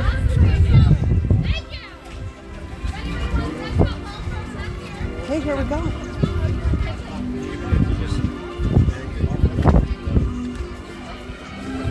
Oh my gosh! We're over $1,000 raised, guys.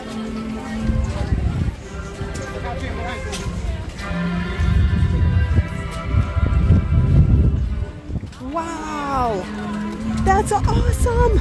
Over $1,000 raised just this morning with no notice, no anything from me, just our channel and the people of this morning who care about making things magical for kids who need it, and that's amazing.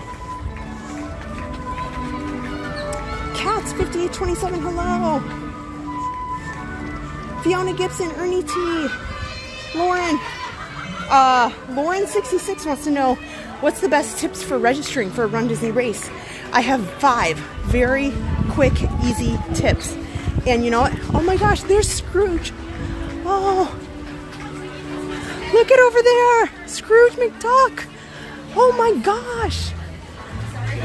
Run Disney just bringing it out like one character after another that's blowing my mind. It's blowing my mind this morning. Oh my gosh. Yes. Thank you so much, Tim Pendleton, for putting that video. There are 5 simple, easy tips for registration. Watch that video. It's only like, I tried to make it as quick as possible. It's like 7 minutes long, something like that. It's less than 10 minutes. And it will give you very easy, very simple to follow directions. Creative Reptiles, hello, thank you. You know, I really could use some of that cucumber Sprite in the Club Cool. I wish they would open that up. Oh my gosh. I can't believe it, you guys.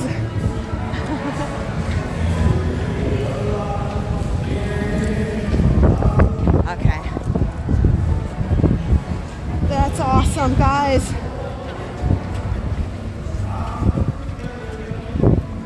What a morning. You know what, I kind of wish that, I hope the Joffrey's is open. How can I get some Joffrey's iced tea? Maybe they'll open up. Oh, I didn't bring my credit card with me. Man. You know what? I have to say, I need to throw in my Disney card. I'm so embarrassed to say I haven't been on Test Track yet. And they just reopened Spaceship Earth. So, if I live stream tonight at Epcot, because I won't be at Magic Kingdom, they have a Halloween party. And we already talked about that. You know, waking up at 2 a.m. and then being at the Halloween party till 2 a.m. the next day is a bad idea. So, if I come over here, I would like to ride Test Track. I would like to go on the refurbished Spaceship Earth. And then, here, let me try to get around here. People are, it's slowing to a crawl here now. But I have tried to come here, and just like my Halloween parties, I've had awful luck with weather. I've had a couple lightning lanes to take it on the stream, and then there's been weather that have canceled my lightning lanes. So it's okay. I'll get on it. So kind of embarrassed about that, but I'll get there.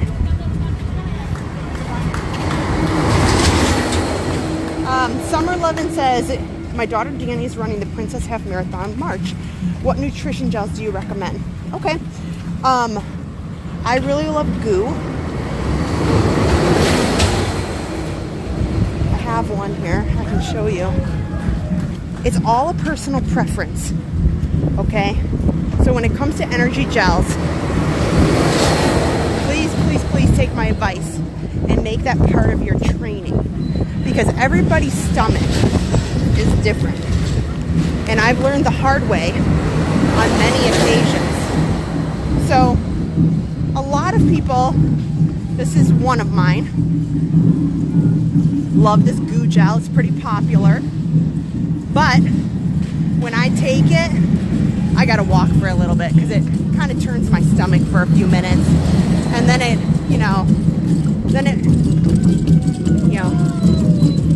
moves out and I'm good and I feel better. But that's great. I also love the gummies. There are a couple different brands who do gummies, and those are all wonderful too. Disney just came out Stinger gummies that I'm gonna try at home. But you also, so test those things out and see what's best. But those are, go to your local running store, grab 2 or 3, and do one run, test one out, do another run, test out a different one, and see what sits best with you, see what gives you the jolt that you're looking for. For example, in the Goo gels that I just showed you, some of them have caffeine, some of them don't. Some people, like Adam, He's very sensitive, and he prefers not to have the energy gels if he doesn't have to. He only takes them on full marathons. Otherwise, he just has like Powerade or something like that. And good morning, thank you. And I alternate. I have a powder that I alternate for energy, and then with the gel. Oh my gosh, it's Bolt. He hasn't been out in a long time.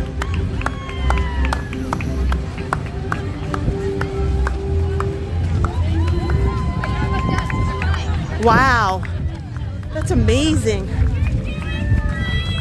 So, speaking of buildings, this is the Guardians building, and the camera just doesn't do it justice.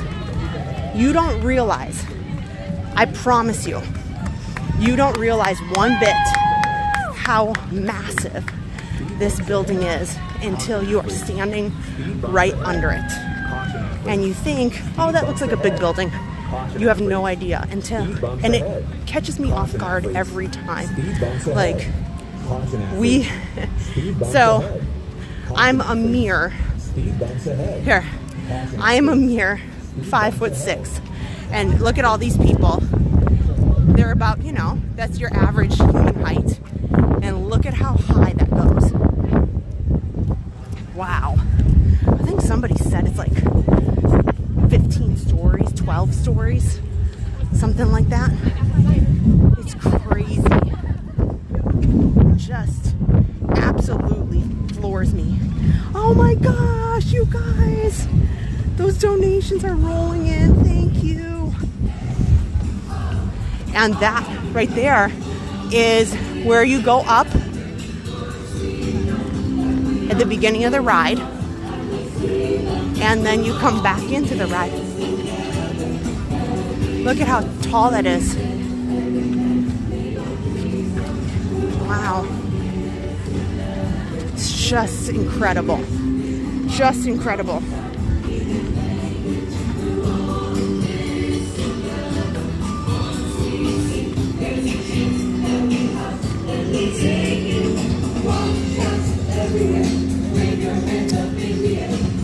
Okay. We're coming up here to mile 13. We're in the home stretch here now, guys.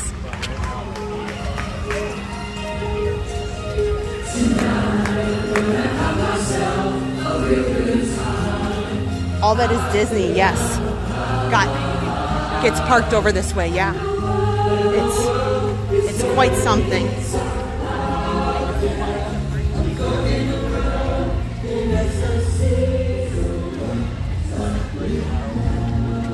Once a Moo said, I enjoy the Honey Stinger waffles. Yes. When you go hiking, that's a great one. So at the end here, they invite, just like some of the bands that are around the courses, local high schools come and sing here as the choir at the end.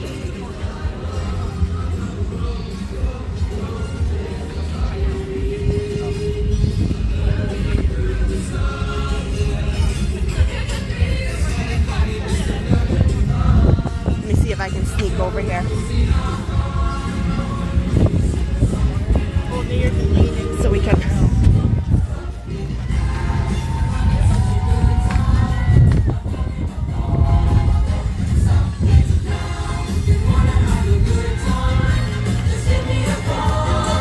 Here, make a wide turn.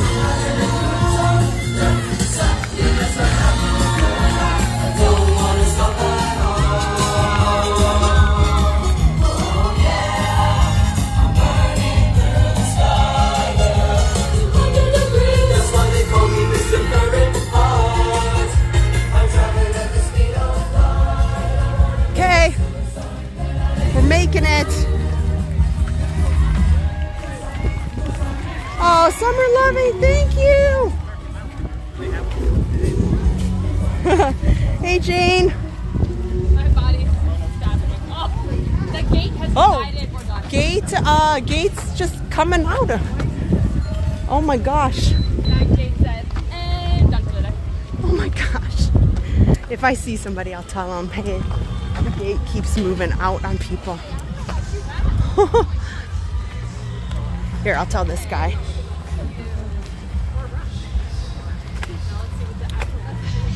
That gate right there keeps coming out on people when the wind blows. Just so you know.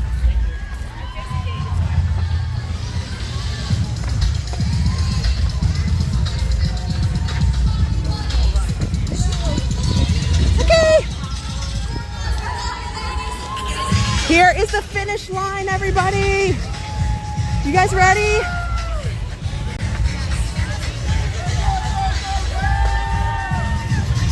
Here we go.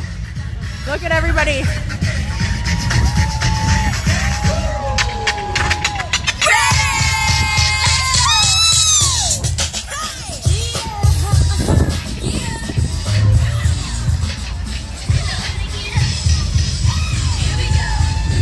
Look at all the people cheering at the finish line.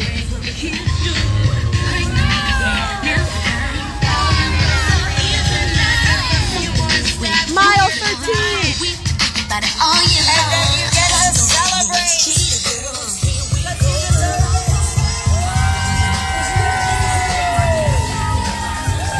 We made it all. Thank you to you guys. Thank you for your support. Thank you for being here. But you know, most importantly, think about those kids. Think about the kids that give kids the world, the families who are going through much more than I ever endured this morning, who are going through the toughest spots, and give kids the world, brings them a light and a hope and a magic that they need to fight the good fight against their illnesses.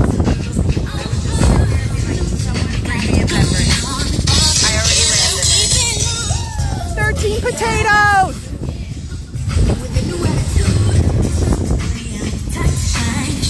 Welcome in!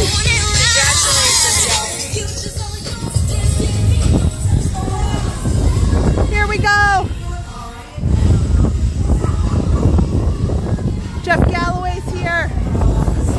He's wishing everybody congratulations. Here it is. Come on in, here's our finish line. You are here, just a few more steps and you're done. And you get to show off that medal to everybody later on today. You are a warrior.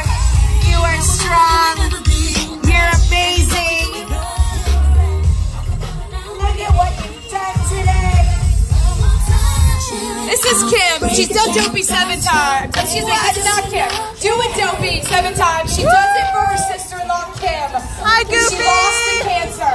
She says, she was the healthy one. I wasn't. And I lost her, and I get out the door, and I walked, and I moved. And she does this for Kim. So everybody out there doing this for somebody. It matters. You guys matter. The miles you put behind it. It matters. Even if you double it. Oh my gosh, it does matter. That is an amazing story.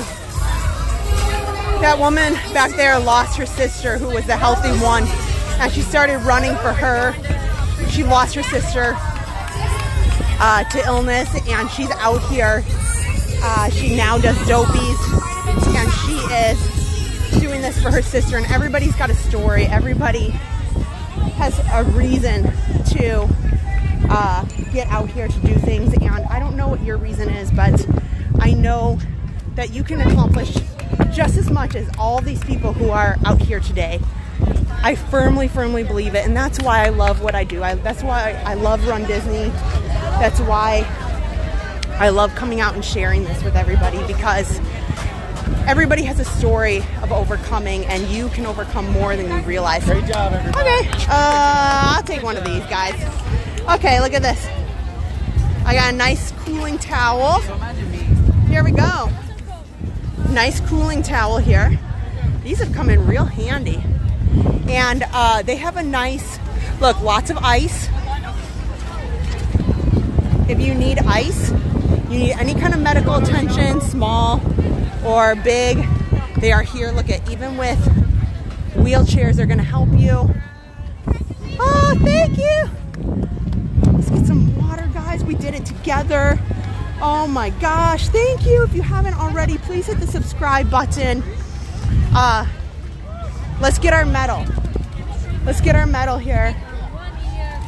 You guys, thank you so much. Wow, we nearly hit $1,200. Thank you. Oh my gosh, these are awesome. Look at them. Look at them. They're so awesome. You know what? Each and every one of you earned this just as much as me today. And you know what? I'm going to try to sell this, and I'm going to try to give that money to Give Kids the World to myself. So that's on my agenda. Are they on the outside? You know, I'm going to try to take this out in a minute, but they want you to keep walking. So that, see, look, no stopping, no standing, and they have people all along the way to keep you going. And we'll find a spot where I can pull the medal out.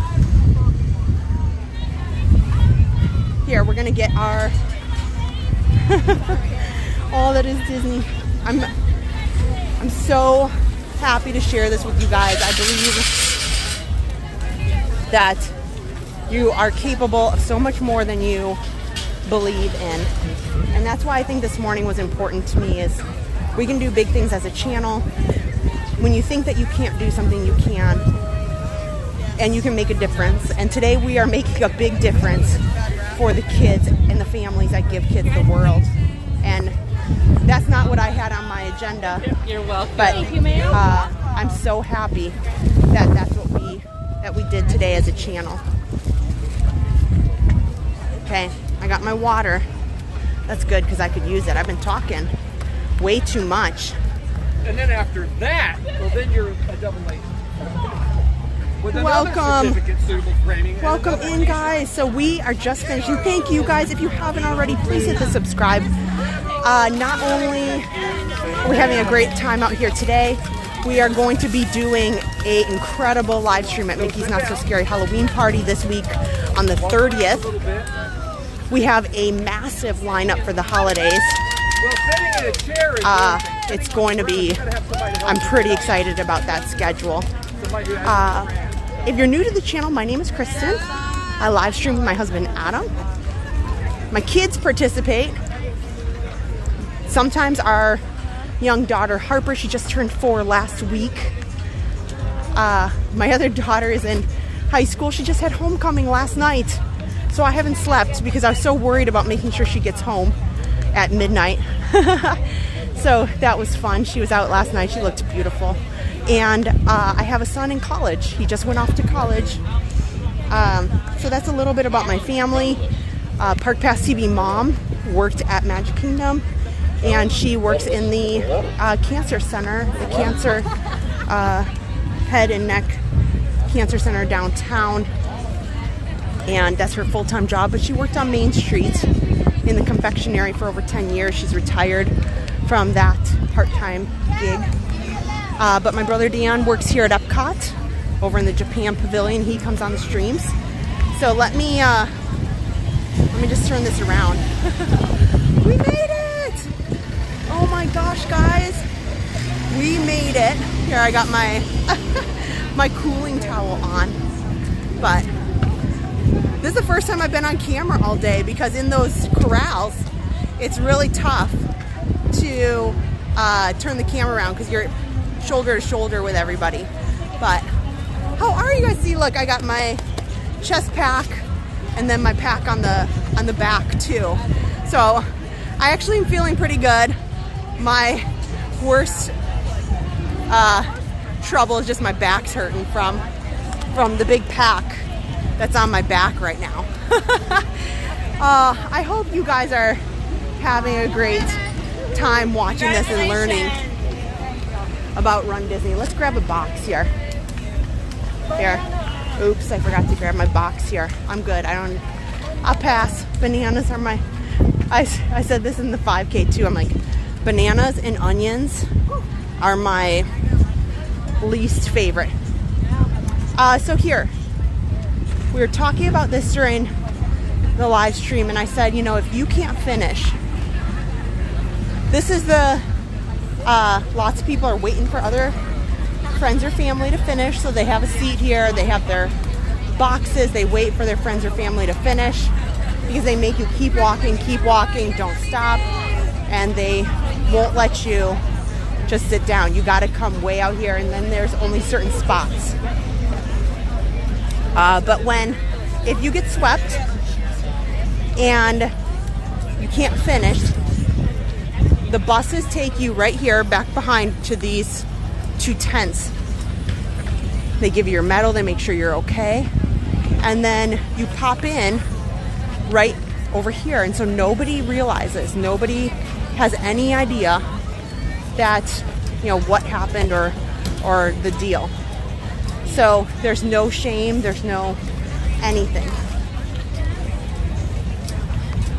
Oh my gosh. Oh, Hello. I see you. Let's come over here and we'll find a spot so I can say hi to you guys, so I can show you what's in our box. Alex says bring a second treat bag. I'll do that. I'm gonna try to bring I saw them at the Halloween party. They were filling up people's big plastic like merchandise bags. I was like, this is insane. A dream come true. Thank you. Thank you so much. I want to say thank you to everybody who donated. So I want to get a quick second here to find a spot where I can just take a seat and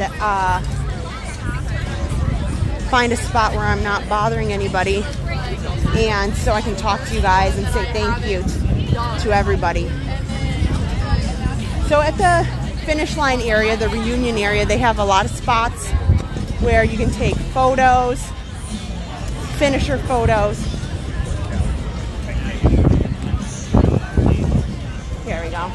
I see some empty space way over here.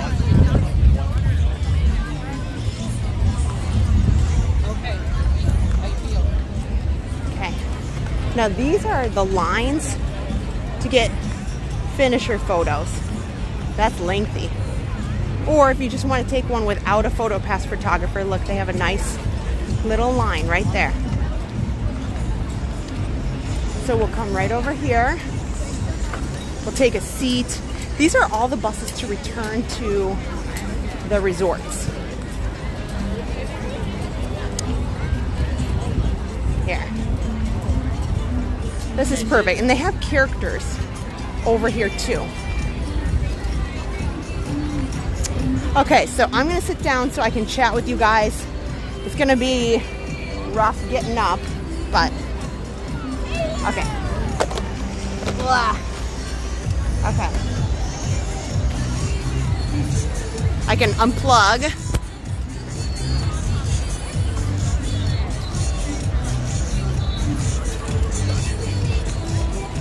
Blah. Okay.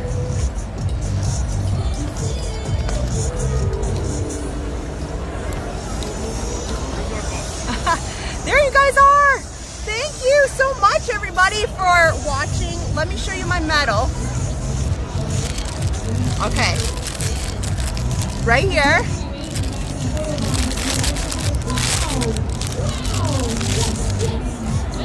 And it's got this cute wine and dine strap here. And this is a spinner. Look at that.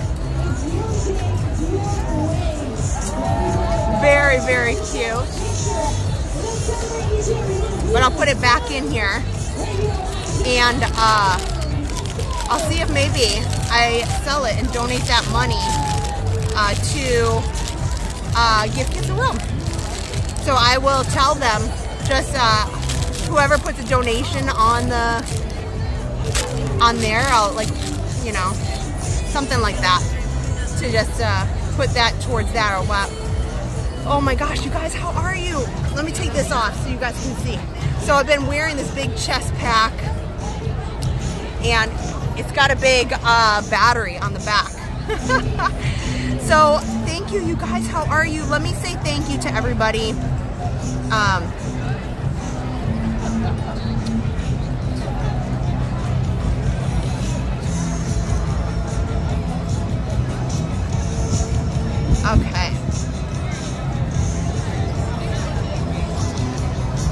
say thank you to all of you guys for, oh man, I gotta turn off my watch.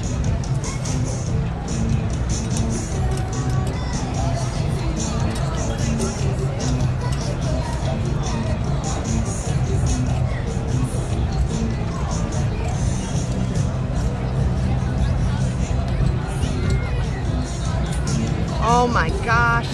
Wow. Ah! $1,290 for Give Kids a World. That is incredible. Incredible, you guys. I can't believe that. I cannot believe that. That's unbelievable. Thank you, you guys, for all you've done for Give Kids the World today and for being a part of the Wine and Dine experience today. Thank you to all of the anonymous donations. Steph Nolan, Denise Livingston, Timothy, Sharilla, Jane King. Wow, there's some really nice messages on here too. Karina Alonso. I love the messages on here. Dawn Fessett, Karen Kuhn, Sean Willema, Jason Rose, Normand, Eslin, Carol Lex, Diane Moses, Charles Hosier, Frank Campagna, Fred Lieb, Kara Carter, Tim Pendleton, Colleen Kenny, Barry Smith. Oh my gosh, it just keeps going. Thank you, thank you, thank you guys. Thank you for all that you've done. Thank you for spending the morning with me. If you haven't already, like I said, please hit that thumbs up button. Please subscribe if you haven't already. I hope that you guys join us for more live streams. One where I'm definitely less sweaty and look a little bit more presentable. But you guys, it's been a wonderful day and I'm super grateful to have spent it with you guys. So, oh my gosh, Sorcerer Mickey, Norman, Creative Reptiles. I know, you guys listen to the music over there. Ernie T, Watchful Susan, Christina G, Disney Dad, Chris Solis, hello.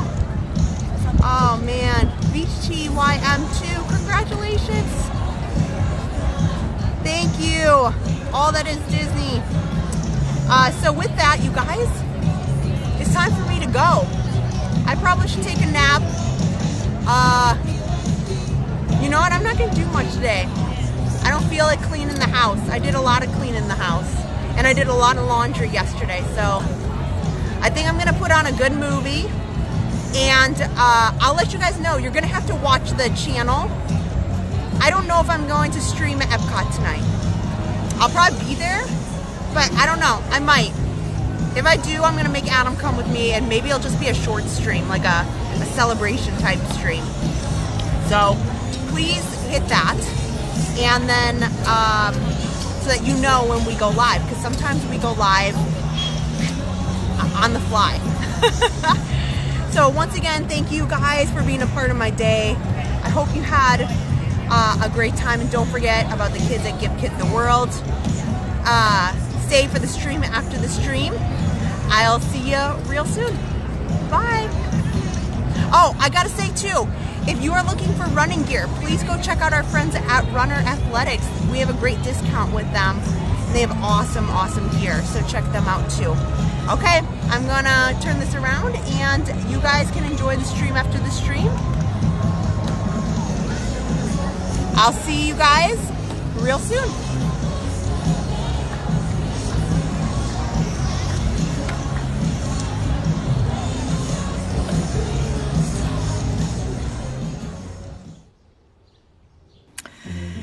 Probably the one word I would use to describe this place would be happiness, peaceful, laughter, magic. Definitely magic.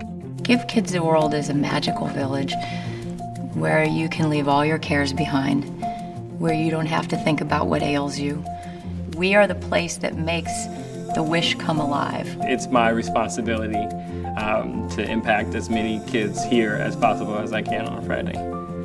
having the opportunity to have a kid forget for even 1 second that they're sick. It's about how they make you feel. And they made us feel so special.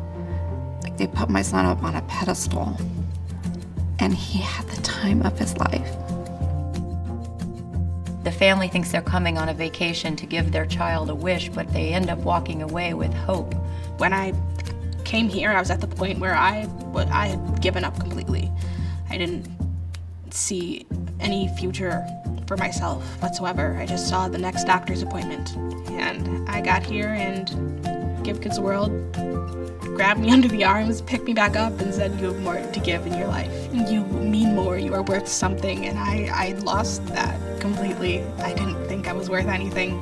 And they showed me that there are things that I can help other people with because of what I went through. It's not that this is holding me back from doing something, but it's helping me do something else. It is truly unbelievable what the power of one kind person can do for many people.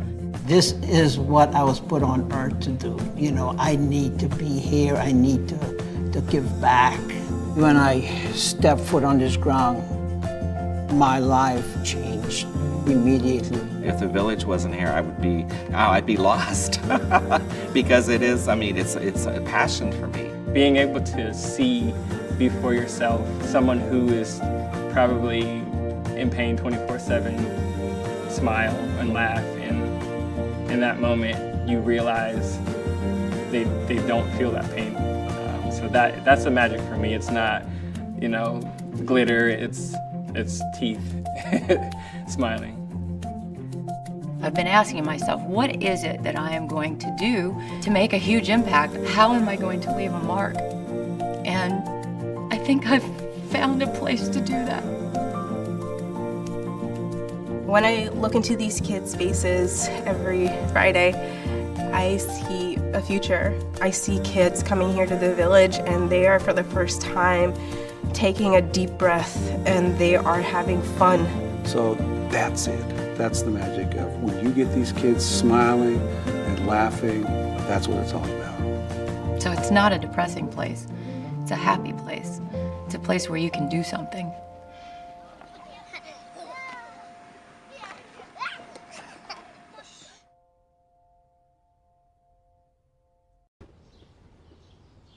You're watching Park Pass TV, your ticket to live, family-friendly theme park adventures. Everything from Disney, Universal, SeaWorld, and beyond in full live HD. Turn to Adam and Kristen for all the best rides, snacks, nighttime shows, and breaking theme park news. Make sure to subscribe and turn notifications on to never miss a minute of magic. Welcome to our Passholder family. Park Pass TV, no reservations needed.